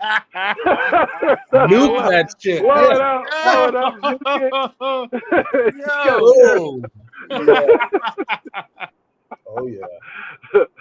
Yeah. Man, I tell you what, I learned that's when I hear bridges and getting blown up, I literally think about these engineers, the Army Corps of Engineers. And these dudes are the craziest mofos in the world. Like, they're all usually little short dudes, but they basically build bombs and just blow up stuff, right? So they'll build a bridge for just, all of our tanks and everything to go through like a river or whatever, and then just blow everything to smithereens. And they get so much joy out of just destroying their projects. They don't take pictures of it, and it'd be beautiful. I'm like, man, that's good. Like, yeah, I'm gonna blow it up in about 2 days. Like, what? It's just gone. They just destroy it, man. So shout out to the combat engineers, man. Those dudes they overwork themselves, and they get too stressed out over their designs just to blow something up. This is a beautiful thing. I like where we went with this. Yes, shout out the engineers. This gives a Kyrie vibe. I guess this will be a good segue into sports. Our whole conversation is pretty spiritual. We're going to talk about the most spiritual person in the NBA, Kyrie Irving. Come on, going man. Going up against the great. I'm gonna put him up there. I'm gonna put this dude up there. Probably one of the greatest light-skinned basketball players of all time. He's up there with Steph. Already? No, bro. He's up there. He's getting close. He's knocking on the door. Who's hey, that? You know what Okay. though? Klay Thompson is like, bruh. Hey man, me and Steph over here, like. Oh, Klay been flipped. You're talking about second-gen Jason NBA. Tatum, and Jason Tatum has flipped Klay Thompson, but I don't know about Steph, bro. Hey, let me ask you guys this though. Do you and truly think about this? Do you guys think that this might be Jason Tatum's Mamba moment? It has to be. I'll tell you that. Him and Kobe were like this. I do, and I love years. that. And to be honest, that's what gives me my appreciation for Tatum. Not only on top of his skill set, he's crazy good for how young he is. We have to go ahead and say that he has had no fear, probably because of Kobe, since he was young. He came into this fucking league, and he has struggled in times, and he has performed at the top of the fucking league at times. And he's still so fucking young. And none of that happens if you don't have Kobe in your life. Kobe changed his goddamn life. We all know this for sure. With that said, I mean, this is it. This is the year. You got to beat someone that helped, if not gave LeBron a championship. You got to help if not the best European player. I mean, Ever. You got to beat one of, if not the best European player we've seen since Dirk, and then they're on the same team. And that backcourt too, bro. The backcourt, and then the buy-in from everyone else, and the fact that Luka and Kyrie fuck with each other, and there's no drama. This shit's dangerous. They're dangerous, bro. Yeah. They're dangerous. They are dangerous. What you think, Steve? Man, I have a real hard part comparing Kobe with just about anybody. Because Kobe was just that dude. For sure. Kobe showed up to the finals and they won that shit 3 times in a row. Tatum's had problems getting over the hump. I don't think it's his fault. I just think that, man, Luka is like a 6'9" Magic Johnson with the 3 ball without the defense. Best way you can say it, bro. He's the modern Magic. If you can't stop that, then and he's got a Klay Thompson shot. He doesn't play defense very well, so that's what I would just pick and roll him to death. But Kyrie's also maybe the best pure point guard I've ever seen, which is because I saw Magic, which was crazy. But bro, Kyrie's peak is Kyrie goes into unstoppable. a zone. There's nothing you can do. He can get to the rim whenever he wants, and there's nothing you're gonna do about it, dude. It He doesn't can matter step who's back out three there. on the tallest guy on the court. And like Boston ain't got no bigs, not really. Not that can really move. Porzingis' I mean, big ass They is don't have hurt. He Rudy ain't or coming Carl back. Anthony Towns or the homie from LSU that went off. It looked like Robert Ory. Gosh, what was his name? Reed. That dude was money. And What did Kyrie do to Carl Anthony Towns?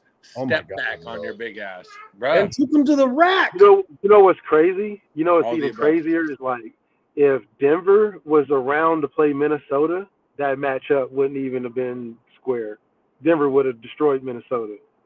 They would have whipped Minnesota. Or at that point, that would have been a better matchup for for hold on, yeah, Kelly Young real quick. Kelly. My guy Kelly is relentless. Listen, man, I ain't gonna give up. Never, motherfucker. Yeah, I don't like when motherfucking things try to tell me I can't do something. I don't like that. Yeah. He said, "Don't do that." Oh, now we're talking about the NBA Finals, man. We're talking about Kyrie, Luka. We're talking about one of the greatest.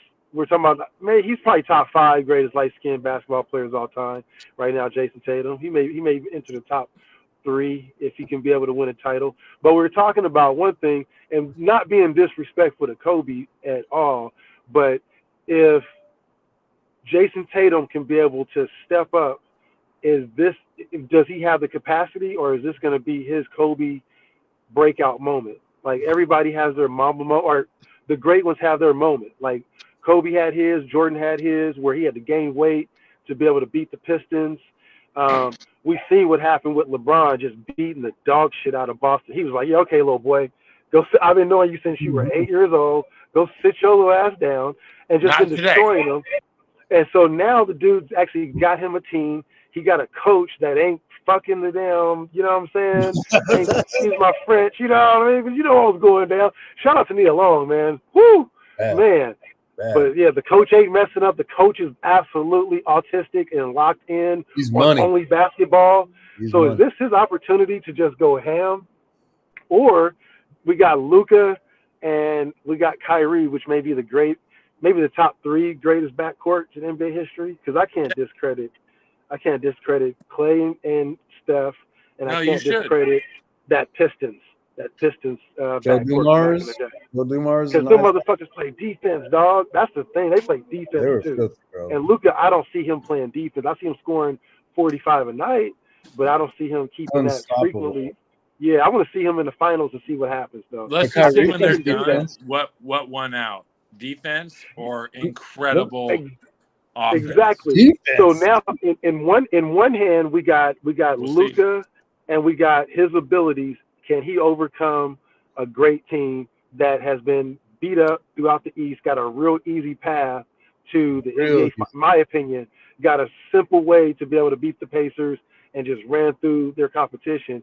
But they're now, going to face some running gunners of the West with Jason Kidd being a coach too. So I like this. I like it. Without I having the love teams that I this. really want in it, this is good for the NBA, man. Yeah, the NBA feels like the 90s is back. Like refs ain't calling anything. They're letting dudes just get taken out. This one dude got kneed in the back of the head for the Mavericks and then got clotheslined the other day. I love it, man. I'm here for let me ask you this. If at the beginning of the playoffs you were the Celtics and they said, "Hey, you can play one of these 3 teams, which one do you want?" You could play the Nuggets, you could play the Timberwolves, or you could play the Mavericks. Yeah, they're choosing Mavies. They're like, I would bring choose the the goddamn Mavericks. Bring the Mavericks on. No, they chose the Mavericks. Bring and now Dallas they gotta over deal here. with that shit. Now they gotta fucking face the fucking music.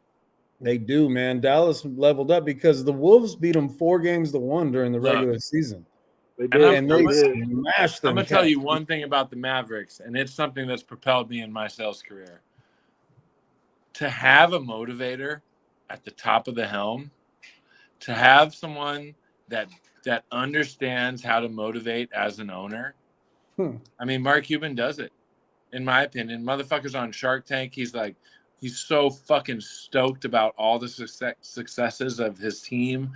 I think this is the involvement and the aptitude and the business acumen that you need to be a sports owner in whatever year we're in now, 2025, Well, 2024.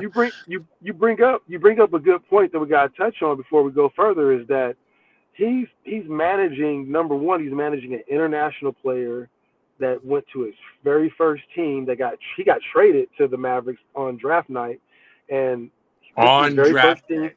Yeah, a legacy player. Also, number two, he's dealing with the most compelling and the most, I would say, the most controversial player since Dennis Rodman, with 100%. Kyrie. Flat earther. And all the things, that the baggage that Kyrie brings, you know what I mean? And that all the other places that could manage that. Exactly.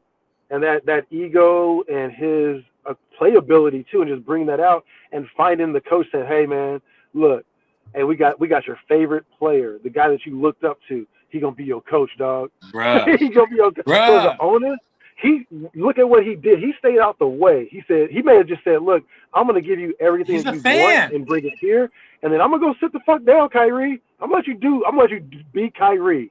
And I was watching. Bro, I was watching his press conference in New Jersey about when he was talking about we can't say it, you know what I mean? But yeah, he was going off, bro. I mean, in a good way, and he was really challenging the press about, hey, look, this is my reality that I live in, and this is your reality that you live in, and I'm just making aware people that my name is Kyrie, that's also pronounced Yahweh in some languages, which is God. And I looked it up, and I found all this article and all this write-up on Amazon. That's all he said. Yeah. So then check this out. Another part of Kyrie that people I don't want to snitch on my man, but it's actually out there on the internet. I didn't know about this, and I was like, yo, this is crazy. Kyrie be banging Bloods hard. Like, he bangs Pyru Bloods of New Jersey. Wait, what? New York. Wait, hold up. Yeah, I guess there's some chapter. I might be turning on my boy real quick. There's some chapter of like the New York native tribes that are also Pyru Bloods, and there's security guards watching the video just came out, and it's going viral. And they have this security guard that was like, he was taking his wife to the bathroom and his child to the bathroom, and Kyrie wouldn't move out the way. And he was like, hey, excuse me, bro, can you guys move out the way? And everybody else, there was like Dr. Dre, like all these other famous people, J. Cole was there. They moved out the way, and Kyrie wouldn't. So the dude grabbed him and said, hey, excuse me. He tapped on his shoulder, excuse me, bro, can you please move out the way? And I guess Kyrie was like, went Kung Fu Kenny on him. And so that's an aspect that I don't want to talk too much about, but just knowing, like you said, going back to the personality that Kyrie is, and knowing that personally, and knowing that he's in Dallas, which if you guys ever been to Dallas, it's a whole different world, man. A whole different world right now. Fort Worth. This one fucks me up. I'm gonna be honest, because like I have this like opinion of professional athletes and or professional singers, rappers. Chris Brown. I'm not gonna say any names or point any elbows. Hey, you see, I didn't even bring up none of those dudes. We ain't even gonna go there yet. But we may have to see bro, like it comes down to sometimes like this affiliation you want to take on. Are you actually physically ready for it? And like, I'm not gonna try to say that I've been in whatever. Like, if you know me, you know me. But I'm not gonna sit here and talk any shit. But I'm going to tell you one thing. The things you say, you have to be ready for. And there's some things that these celebrities say and do. And I'm like, I mean, look, Kyrie's probably bigger than most of us, which is crazy. Point guards in the NBA are built. But with that said, bro, like, are you really gangbanging? And like, if you are, I think it's kind of dumb because you don't need to. Because I know where, like, I know who needs to gangbang, and Kyrie does not. Neither does Chris Brown. But like, look, if you're about that, cool, you're about that. I'm not gonna question it. But like, this celebrity gangbanging shit, whenever it's false, I fucking hate it. I'm like, yo, stop faking the funk. Y'all made it. You don't have to gangbang, bro. Like, stop. It goes crazy, man. It goes absolutely crazy. It's crazy, man. And like, who knows where we're at? Like, Chris Brown 6'4", he probably tell me what it is, but like is Kyrie, Chris Brown I'm like, really bro, 4? Jesus Christ. Yeah, these guys are bigger than we think, bro. Gary Payton is a massive man. I met him, and I thought Gary he was Payton's little. 6'4". I thought I could No, back Gary down Payton's Gary 6'4". Payton one time, and nuh-uh. He's tall. So anyway, But no, man, I mean, that's with wild. With that being said, I think that Mark Cuban is an amazing owner of that franchise. Motivator. And he's got the person that can communicate with Kyrie the best, with his childhood hero, with Jason Kidd, who's also 6'5", I think, another big guard. He should be a Lakers coach. I get sick right? to my stomach every time I see him on the Dallas sideline. You know what, right, though? Steve. Who's to say that, hey, a contract's a contract, but who's to say that, Jenny. We ain't got the money like Mark, bro. we ain't got the money like Mark. Bro, that's what I'm saying about Mark. They bro. re-signed him Don't to a sleep 2-year on deal Mark. already. Mark's Yeah. a motivator. Fully Mark's guaranteed. a billionaire. But also, Mark sold the team. He owns a very small percentage. I'm betting on Mark this finals. I'll tell you that much, boys. Oh, I can't fuck with Boston. I guess it's not in my DNA. I can't. No. Nothing Boston. Fuck the Patriots. Yep. Fuck Red Boston, Sox, bro. the Fuck Bruins. Fuck Boston. the Red Sox. All of them. Fuck the Celtics. Look, Who else is all up of our there? Boston viewers, you know what, I'm though? sorry, but y'all know what it is. Hey, I do like the Penguins though. That's Pittsburgh. That's Pittsburgh. Oh yeah, fuck the Jaromir Bruins. Jagr, that's Yeah, the Pittsburgh. Bruins. Gotta go. Yeah. Nope. Mm-mm. Maybe Dana White's like the only thing that's all right. But man, Oh, Jaylen Brown. he's from the Bay. Have you heard what they're saying about him, bro? Yeah, he's catching a bunch of unnecessary. He can come play for the Lakers. I'll tell you that. He can come play for us. They're saying that he's unmarketable. People don't want to work with him. He has a bad attitude. It's a lie. The dude hustles. I think the only thing that's stopping Jason Tatum from being Jason Tatum is Jaylen Brown. Jaylen Brown, he can play on 1v1. He has every single talent that Tatum has. That's how I feel. I feel like it's kind of like a Tatum clone. Like if Tatum gets hurt or something, you plug Brown right in at the whatever position he was at. You're not going to miss much. And he did win the Eastern Conference MVP. Yeah, MVP. He's a 6'8" swing forward who can do everything. He can shoot. He can rebound. He can defend. He can run the floor. He can be a floor general. He's been around for like 8 years. So let's get right. I know you're not a Boston proponent. So I know you're out. You're going Team Dallas. Sean said he's going Dallas. Kelly, you there? Who you going for, man? What's your thoughts? All right. I mean, I don't have many thoughts. I'm all probability here. I mean, I'll just go Dallas. I don't watch enough to know much, but I do know enough to know that I'd probably put my money on Dallas. I like it. If the Wolves were there, I don't know. I'd probably go Wolves. Bro, it's Dallas. No, it's Dallas. Watch. Take the underdog money. It's Dallas. Your boy's coming through with a pick live. It's Dallas, bro. Watch. And you're going to make money on it, too. I like it. Man, I was having speaking of the Wolves, though, and by the way, I got Dallas as well, too. We all Dallas on this thing. I can never go against anything with Boston. I could go with anything Boston. Fuck them. But fuck them, bro. Fuck their race. Anyway, I'm gonna shut up. But yep. But I had a conversation one time with Sean Kemp, and I asked him. I said, "Hey, who is gonna be the next GOAT of the NBA? Who is there? Anybody that you see?" And Anthony Edwards, man. And this was a couple of years back, even before Anthony Edwards was even a 2-time All-NBA. He was a rookie, I think. That's because Sean Kemp knows that that's Jordan's illegitimate son, bro. Right? Hey, man, I'm telling you, bro, it was freaking crazy, man. I was like, who? I was like, Anthony, like the rookie from Georgia. He's like, yeah, bro, man. He's Kemp like, is that guy, good. bro. Yeah, bro. Yeah, man. That's Michael Jordan. That is everything. He's the It's Michael only Jordan, one that bro. wears the wrist strap. I agree. He has the calf strap. He has everything He has this exactly like Michael Jordan, and he moves like him. I've never seen anything. Dunk on you. I've never seen anything since Kobe, and even Edwards moves like him more than Kobe does. Edwards, man, I was worried about what's going to happen in the league when LeBron goes out, but I think Edwards got this shit. We're good, Yep, bro. right. Yeah, All right, bro, we're good, man. We're good. Keep your son. Keep your son. We'll be all right. I love his game, and I like that Timberwolves team. But man, I read something that the former GM of the Nuggets is the Timberwolves GM, and he built that team specifically. You already know.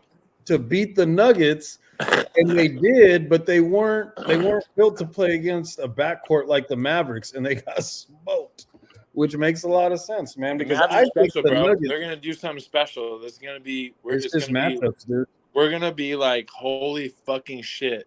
These fucking Mavericks had an epic experience and fucking showed out and won that shit. That's how I feel.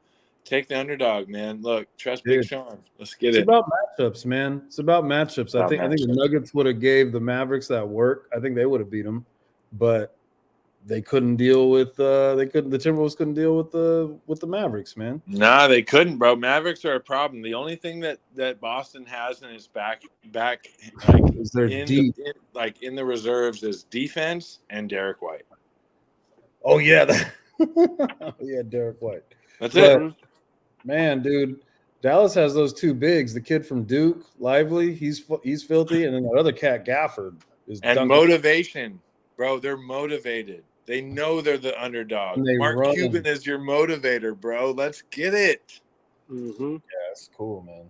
Come on, Dallas. You know how Mark Cuban got his start, his first like big industry money. It was the .com shit back in the day. Streaming sports. Yep. Yeah. Love to hear that. That's he right. wanted to. I forget where he's from. Like he's from the Midwest someplace. Okay. And he loved to hear the high school teams, and so when he went to wherever to go work, he wanted to hear his teams, and so he's like, man, I'm gonna figure this shit out. So I love his story because it goes to show you that usually the people that make the most success out of their careers do something that they solve a problem that they were like really obsessed with. You know what I'm saying? Like their own personal obsession. Like he was obsessed with hearing his high school teams or his college play sports, and he was like, I'm gonna listen to him. Oh, I think it was like Kansas. He's like, I gotta hear him. I don't care. And look at him now. Yeah, exactly. He's living his dream. So I love to see people do that. You know, I think I was going to bring up something else. I wanted to see what you guys were opinion about this too. Let's get a Bronny update, man. Anybody on Bronny watch? How's my man doing? I mean, I'm a lot more excited about Bryce than I am. Yeah, me too. Bronny.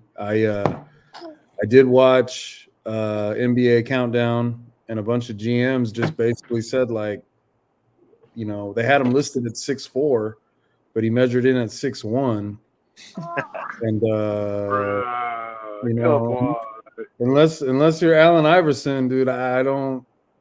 I mean, is there any other 6'1" point guards you can think of besides Jalen Brunson? Look, I'm gonna say it now, just so in the future we can reference this and say Sean was right, although controversial. Bro, Bron's done, and so are his kids, bro. Like, sorry, I love it. Oh, you just dropped your shit. Yeah. My This sounds like no, damn. Yeah. I trying to hear that. Oh my god, that's his goat. That's his goat, dog. Look, you need to chill. But anyway, nah, like legit, I'm the biggest Bron fan ever. But shit, bro, it's NBA, bro. You're not just getting blocked by 5 of the best blockers in the NFL. You got to perform yourself every day, and I don't think he's there right now. And I really don't have a ton of confidence in either of his kids. And I'm not a hater. I love Bron. That's just where it's at if you're like realistic right now. I mean, like this hype that we're hoping for would be great, But in the crypto world that I exist in, this is BS. This is to try to promote the LeBron legacy. And all those kids got to prove it. Bron has to prove it or quit. Like, that's where it's at these days. I mean, sorry. Over there. Yeah. What you think, Steve? I just don't want him on my team. He's probably going to end up on my team. And that's the problem. I mean, he's on your team, bro. He's going to end up here. And, I was watching Kendrick Perkins, who I'm not a huge fan of. But Kendrick put him on blast, too. Kendrick was like, yo, when he made that McDonald's All-American team, there was like 3 other cats that were way more deserving than him. Damn. That should have been on that McDonald's All-American team. Yeah, bro. He averaged 16 points a game in high school, and how are you on the All-American McDonald's team when you didn't even put up 20 a game? He said there were a few other cats out of Chicago that were averaging like 40 who got snubbed. All the time, Sebastian Telfair, Derrick Rose. Yeah, we can get into the history of basketball, but dude. Yeah. USC is not exactly a basketball powerhouse either. You average 4 points. Bro, Master P's son averaged more points than you did, bro. Yeah, little hey, he might make it, man. I think he at least deserves a G League shot, but everybody in the G League is gonna come for him. Everybody's gonna make an example. It's forced. I put it this way. It's forced at this point. I love Bron. But this is my take on it. This is my take on it. I feel like at this point in my life, I'm just a witness. I just remember seeing the Nike billboards, and it was like witness. I was a witness. I was a witness of Bron. So I'm gonna take a different approach, and I'm gonna remain being that witness. I can't say fan. And I like that Nike. I don't even know if Nike planned that marketing because, to be honest with you, I'm not a fan of LeBron. I'm more of a witness. I saw the greatest single basketball thing to just enter the NBA and take a wave over just from his person. I mean, like if you include like his branding and his personal life and all that other stuff, but this is also the greatest attempt of black nepotism that I have ever seen my entire life. I can't say that I've ever seen it before. So I'm just a witness to it in sport, at least in sports. I mean, we got Jerry Rice, another, Brandon Rice in the league. We got another Rice in the league. We're going to have another Sanders probably in the league here soon. But this is the first time where we really, I remember as a kid, just rooting for Jeffrey Jordan, just rooting for my man, bro. All 6'2" of his ass, dog. Just like, come on, don't make it to the league, man. Right? And he could not get it together, bro. And all he's doing is fucking Pippen's wife. So this is the best thing that I could be able to root for. So I'm really hoping. I know it ain't gonna happen, but I'm really hoping that at least my man. I'm glad that he's alive. And he's safe first off from his heart and his heart attack or congenial deal. But I think that the NBA is, if there's an era for a 6'1", guard that has the last name James to enter. Imagine if this was the 90s and he tried to pull this off, they would destroy him, bro. He'd play the Pistons. They'd jump his ass. He would get jumped. Oh, that's your daddy? Oh, that's your daddy, boy? Rick Mahorn with your tennis rod. So this is the best era in NBA history if we were to see nepotism to occur. Man, Adam ain't gonna let nothing happen to that boy. Adam's like, hey man, look, we're gonna make a new foul. If you're within 3 feet of the player and they flinch, that's a foul from now on. So you're gonna be able to benefit from this, Bronny. We'll get you up to 20 a game. We'll get you up to 20 a game for this, Bronny. But hey, man, it was all you. You did it. So I want to see what's gonna happen next. I'm just a witness. I'm a witness to the James. I love the reference to the witness because we witnessed insanity, bro. If you watched him come back against the fucking Warriors, like there's nothing in basketball that can inspire you more. This little fucker. Anyway. Yeah, LeBron But- James, man, he's the greatest example of a human being athlete I've ever seen. Perseverance, bro. Never He's got the in you guys- trouble. hey, real- beat the hey, real talk, Warriors, though. bro. Hey, real talk. Do you guys see a political aspiration in LeBron? No, I do Not not. really. Not really. I haven't seen. I mean, I know he endorses the Democrats, but that's not out of the norm for a lot of. No, I think any of his political affiliation has been manipulation so far, and he'll back off of it. This brother started a school. Oh yeah, he did. That is I love pretty the dope. school. I love the Yeah. school. I mean, It's a failing school. It's not doing too good. I heard from the recent test. no, I know. Oh The no. test was bad. Yeah, the test the kids are coming back just not doing good. Not a good thing to like joke about or brag about because you want the kids to do good. But man, it ain't doing. But you know what? He got it started, and No, I look, think that look. can be a foundation. Exactly, and I think I have a lot of experience with inner city schooling. It ain't gonna pop first not. Like, inner city schooling is a deep subject. Just so everyone that's listening knows, my father was a woodshop teacher in a South Seattle school. I mean, these are teaching trades to a demographic that is not into trades. So, I mean, I fully invest in like alternative pathways for people that are in the hood.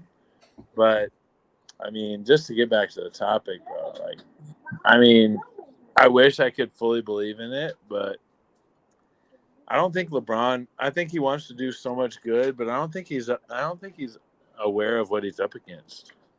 And people just want to hate on this guy and shut his shit down. I think he has a pathway that he can take.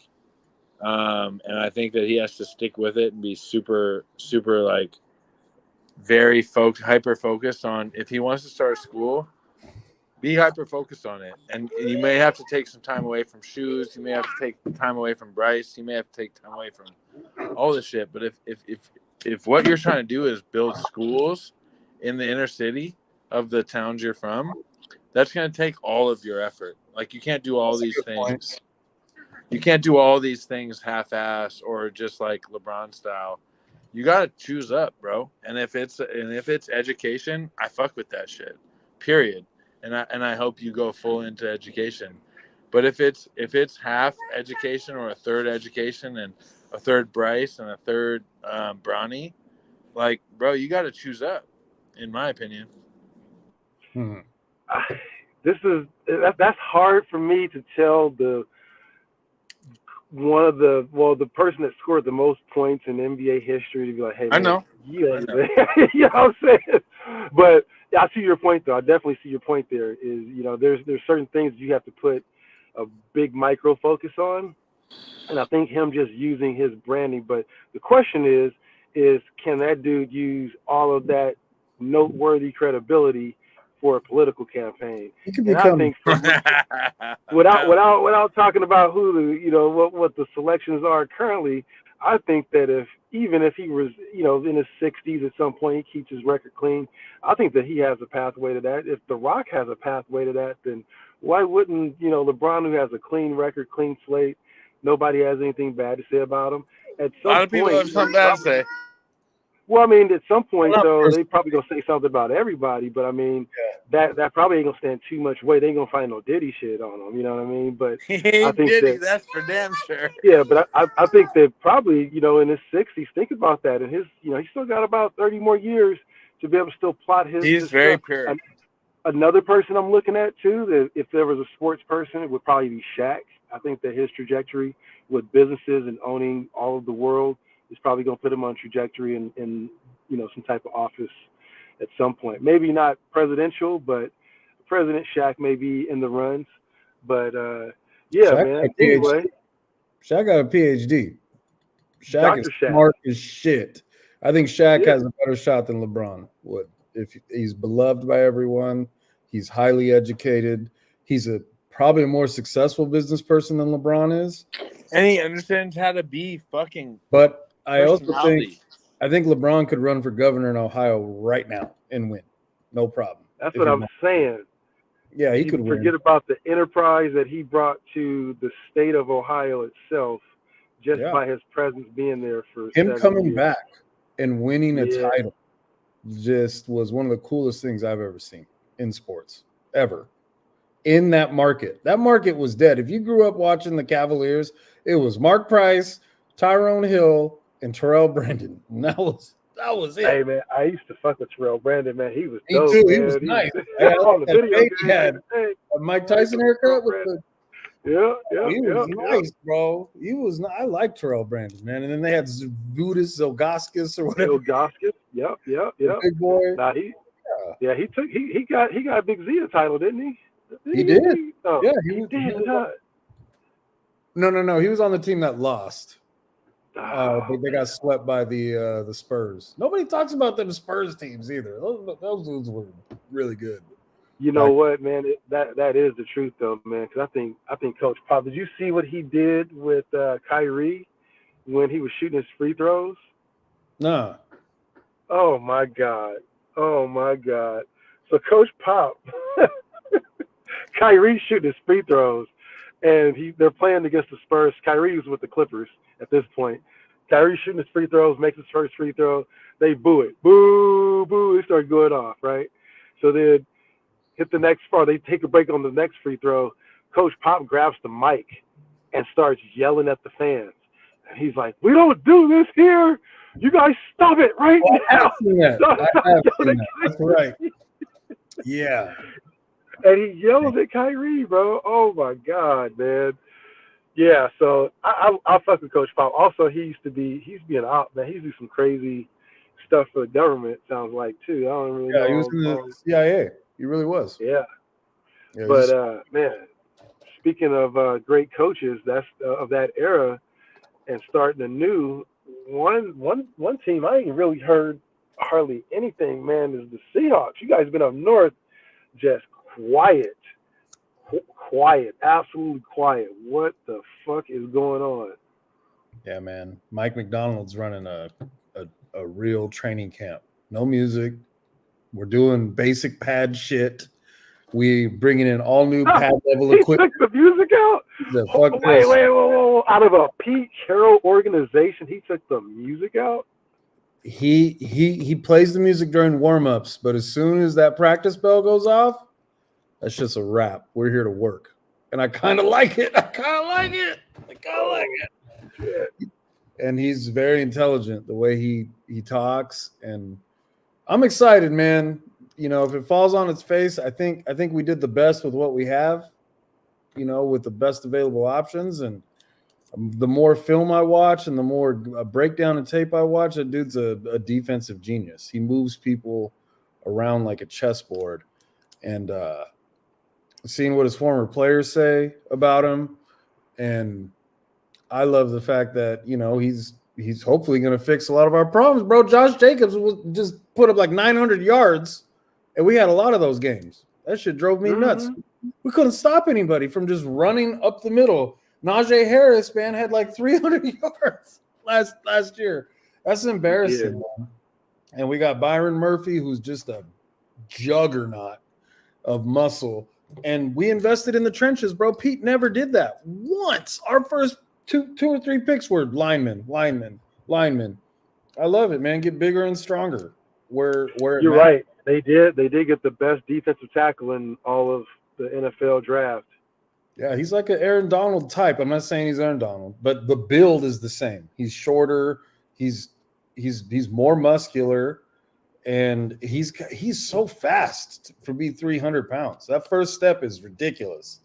And I'm excited to see what he does with Woolen, man. I guess Woolen put on 20 pounds. He got Woolen on a weight training, a nutrition regimen. So, man, as long as he don't lose any of that 4.2 or 4.1 or whatever it was, I'm gonna be happy as hell with that. And we'll see what happens, man. Everybody's new, bro. The defensive coordinator, brand new, never been a D coordinator. College offensive coordinator, never been a pro coordinator. Mike McDonald, never been a head coach. So the defensive guy, Jim Harbaugh's son, never been a special teams coach. Harbaugh's kid. They're all brand new. So I didn't know Harbaugh's kid was there. Yeah, bro, he's a redhead too. He's a redhead. He's a special teams coach. Yeah, he's like 6'4", I guess Michigan just had dope special teams. He was there, and what the Wow. cool thing is Harbaugh offered him a job with the Chargers, and he came to work with Mike McDonald instead. Yeah, because he was the D coordinator at Michigan for that 1 year that made him the highest paid defensive coordinator of all time. Yeah, bro. And for college. I'm They excited. paid him $1 million. They paid him $1 million a year at Michigan to be the coach. That's ridiculous. Yeah. The D Yeah, coordinator. Yeah, I listened to Adam Schefter's podcast with McDonald on there, and you can tell he's a little nervous to publicly talk. He doesn't talk a lot, and but I like the stuff he says, man. It's all solid. Stop the run, win in the trenches. I'm like, okay, that all works. With us, with Pete, it was get the best cornerback you could possibly get and just build it from the back forward. He's like, no, we're building it from the front to the back. The last thing I heard about DK was there was some rumors he may get traded. Yeah, that was all fan stuff, man. Like he's at practice today, tearing it up. And even Schneider was like, yeah, we're not going to trade our best guy. It's probably our best. Him and Spoon are probably our best players. Him and Witherspoon. I love DK, man. If they trade DK, I'm going to have a big issue. That's probably my favorite player. What's the quarterback situation looking like? Man, they got your boy Yosemite Sam Howell, and he's looking. Oh yeah, I like them. Yeah. Carolina. Starting? Yeah. Well, no, I guess Gino's got that shit on lock. Okay. But he's only on 1 year left, and Sam, he's only making $1 million. He's looking cheap and he's looking good, and I guess he could just throw that thing all over the yard. But they're gonna make Gino the guy. They're gonna install that UW offense. So it'll be interesting, man. It'll be hell interesting. I like it. What happens, bro? I like it. Well, you guys got maybe the greatest tight end ever to play already. It looked good. Yeah, I think you might have put me on him like about a year ago. You were talking about Brock. It's like, don't worry, but yeah, you think he's good. There's gonna be another guy's coming. I remember when we got Michael Mayer. Because there was Darnell Washington, and I was like, who is this other white dude that is just running over all these Oregon Ducks like they're little kids? Every time that fool touches the ball, something good happens. Yeah, he's a multi-position athlete. I think you guys have Gronk and Aaron Hernandez all over again on the same team. Yeah, I think so. And you got Devontae. Yeah, bro. That's gonna be a wicked offense, man. We'll see what happens. We'll see. I'm not too optimistic this year. I think this is gonna be a year that, Antonio, I don't know. I think Antonio Pierce is just built just to win. Like, he ain't gonna take just, having a L on his backside.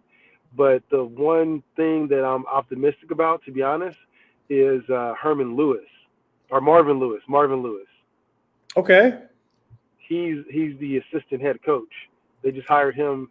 Antonio Pierce hired him just to be his mentor.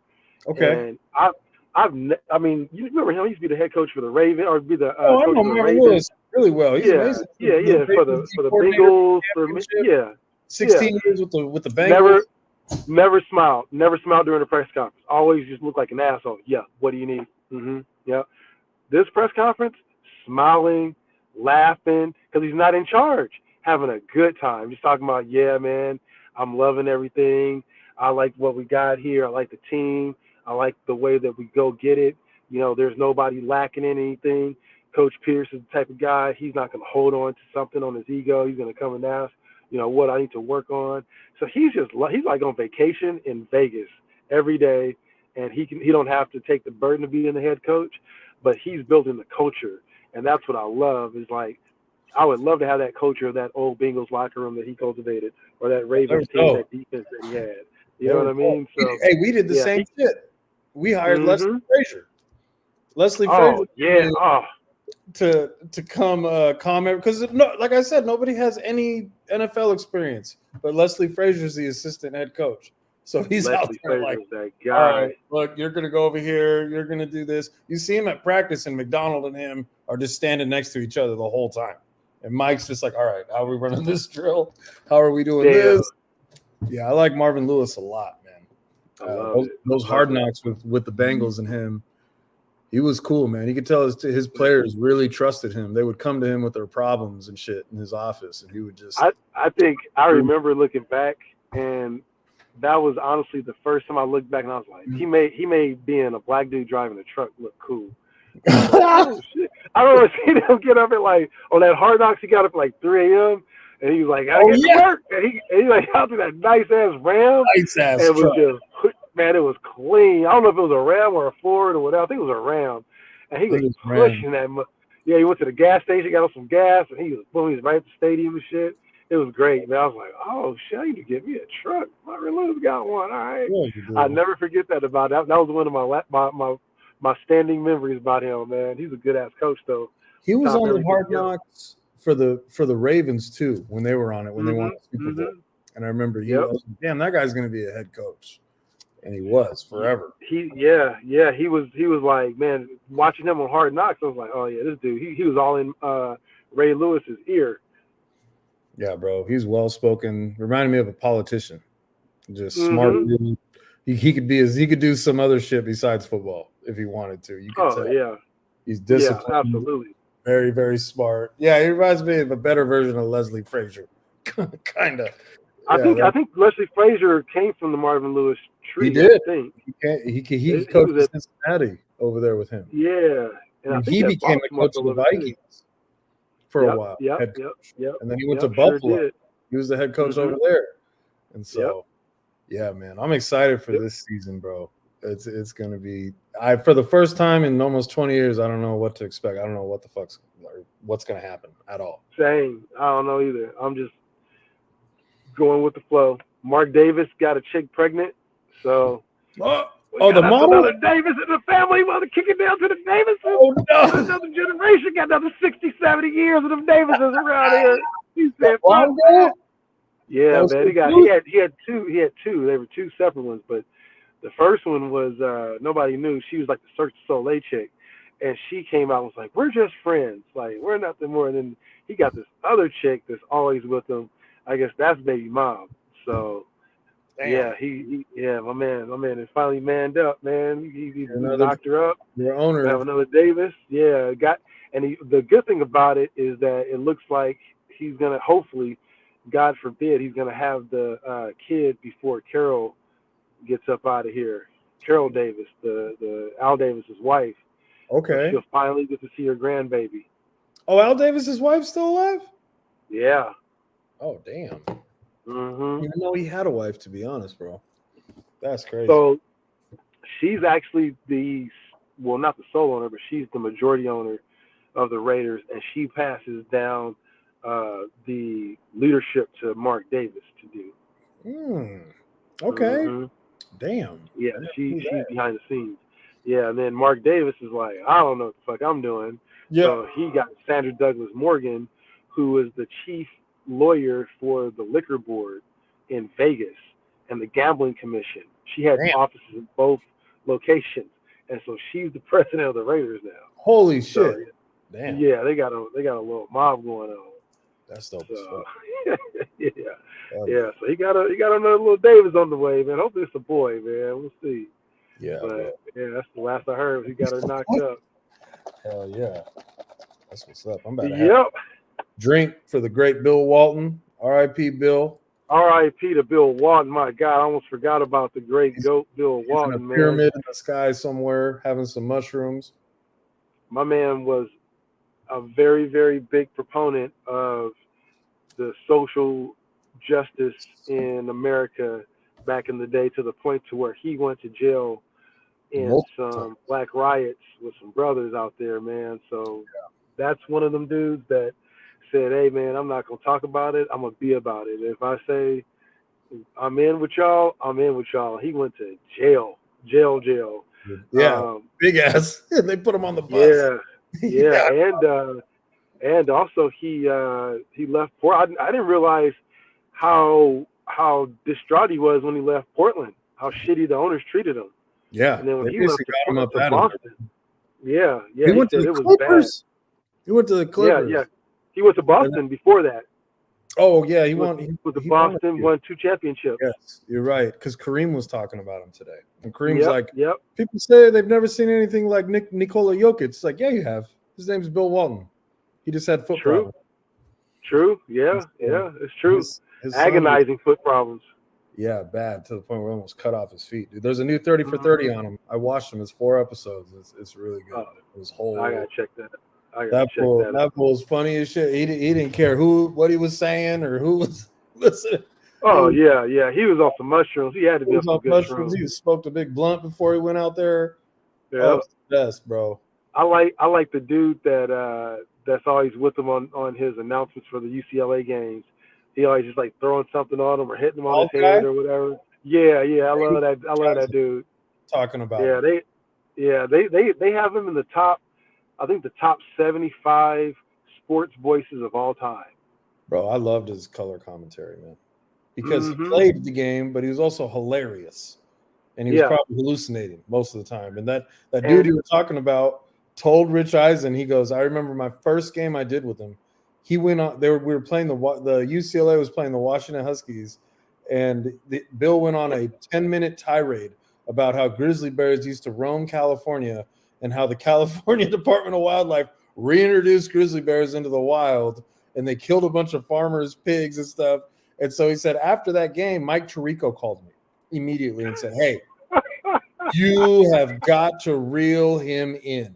You cannot let him just go for. He said, you can't do it, bro. You got to check him.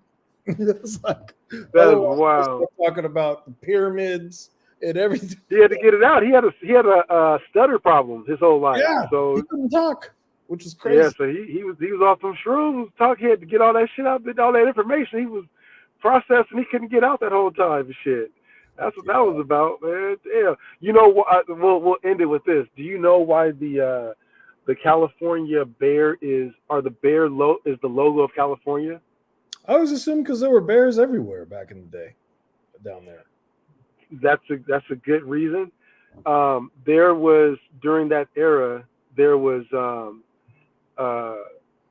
these groups. So that was owned by Mexico, and then it was owned by the U.S. And at some point there was this group, and they were called the Bears, and it was a group of basically cowboys or just goons, and they all just ganged up and they took over California. And what? So Mexico was like battling with these cats, and then Mexico is like, yo, US, is this your man's? Like, is it, like, who are these motherfuckers over here? And the US was like, no. This, we had a peace treaty. California was yours. Everything was all good. But yeah, those are our mans, and we about to take over California. And then they destroyed they gave the option to this gang, these banditos, basically like, hey, you have the option of just having the entire U.S. government and this armed forces going against you and just destroying you, or we're just going to put you on our flag and we're just going to make you sovereign citizens, make you a part of this and call you good. And they're like, okay, cool, we're Californians. This is goddamn gang members. That's what the flag is. Yeah, man, it was crazy. It was crazy. But America came in and was like, well, they technically are Americans, but we didn't initiate this attack on you guys, and we had no intentions of it. But if they took over, then yeah, that is our shit. And then they went after those guys and gave them the option to stay. So that's how California got its start in U.S. history. That's a wild story, bro. That's good. Mm-hmm. Yep. Yeah. So anyway, we're almost hitting about 2.5 hours. Enjoy your drink, Steve. I'm about to get ready to get me something to eat. But man, good pod. You got any lasting things you want to have for the viewers? Man, just mind your business. That's it. Right. That's it. There you go. I like it. We're gonna have our exit music. As you know, for people that are new, I hope you guys enjoy. I wanna get higher than the motherfucker. Say it again. Somebody roll the weed. It's my song. I wanna get higher than the motherfucker. Somebody roll the weed. I wanna get higher than a motherfucker. Hear me again. Somebody roll the weed. higher than a motherfucker. Can you tell me what you want to get? I wanna get high.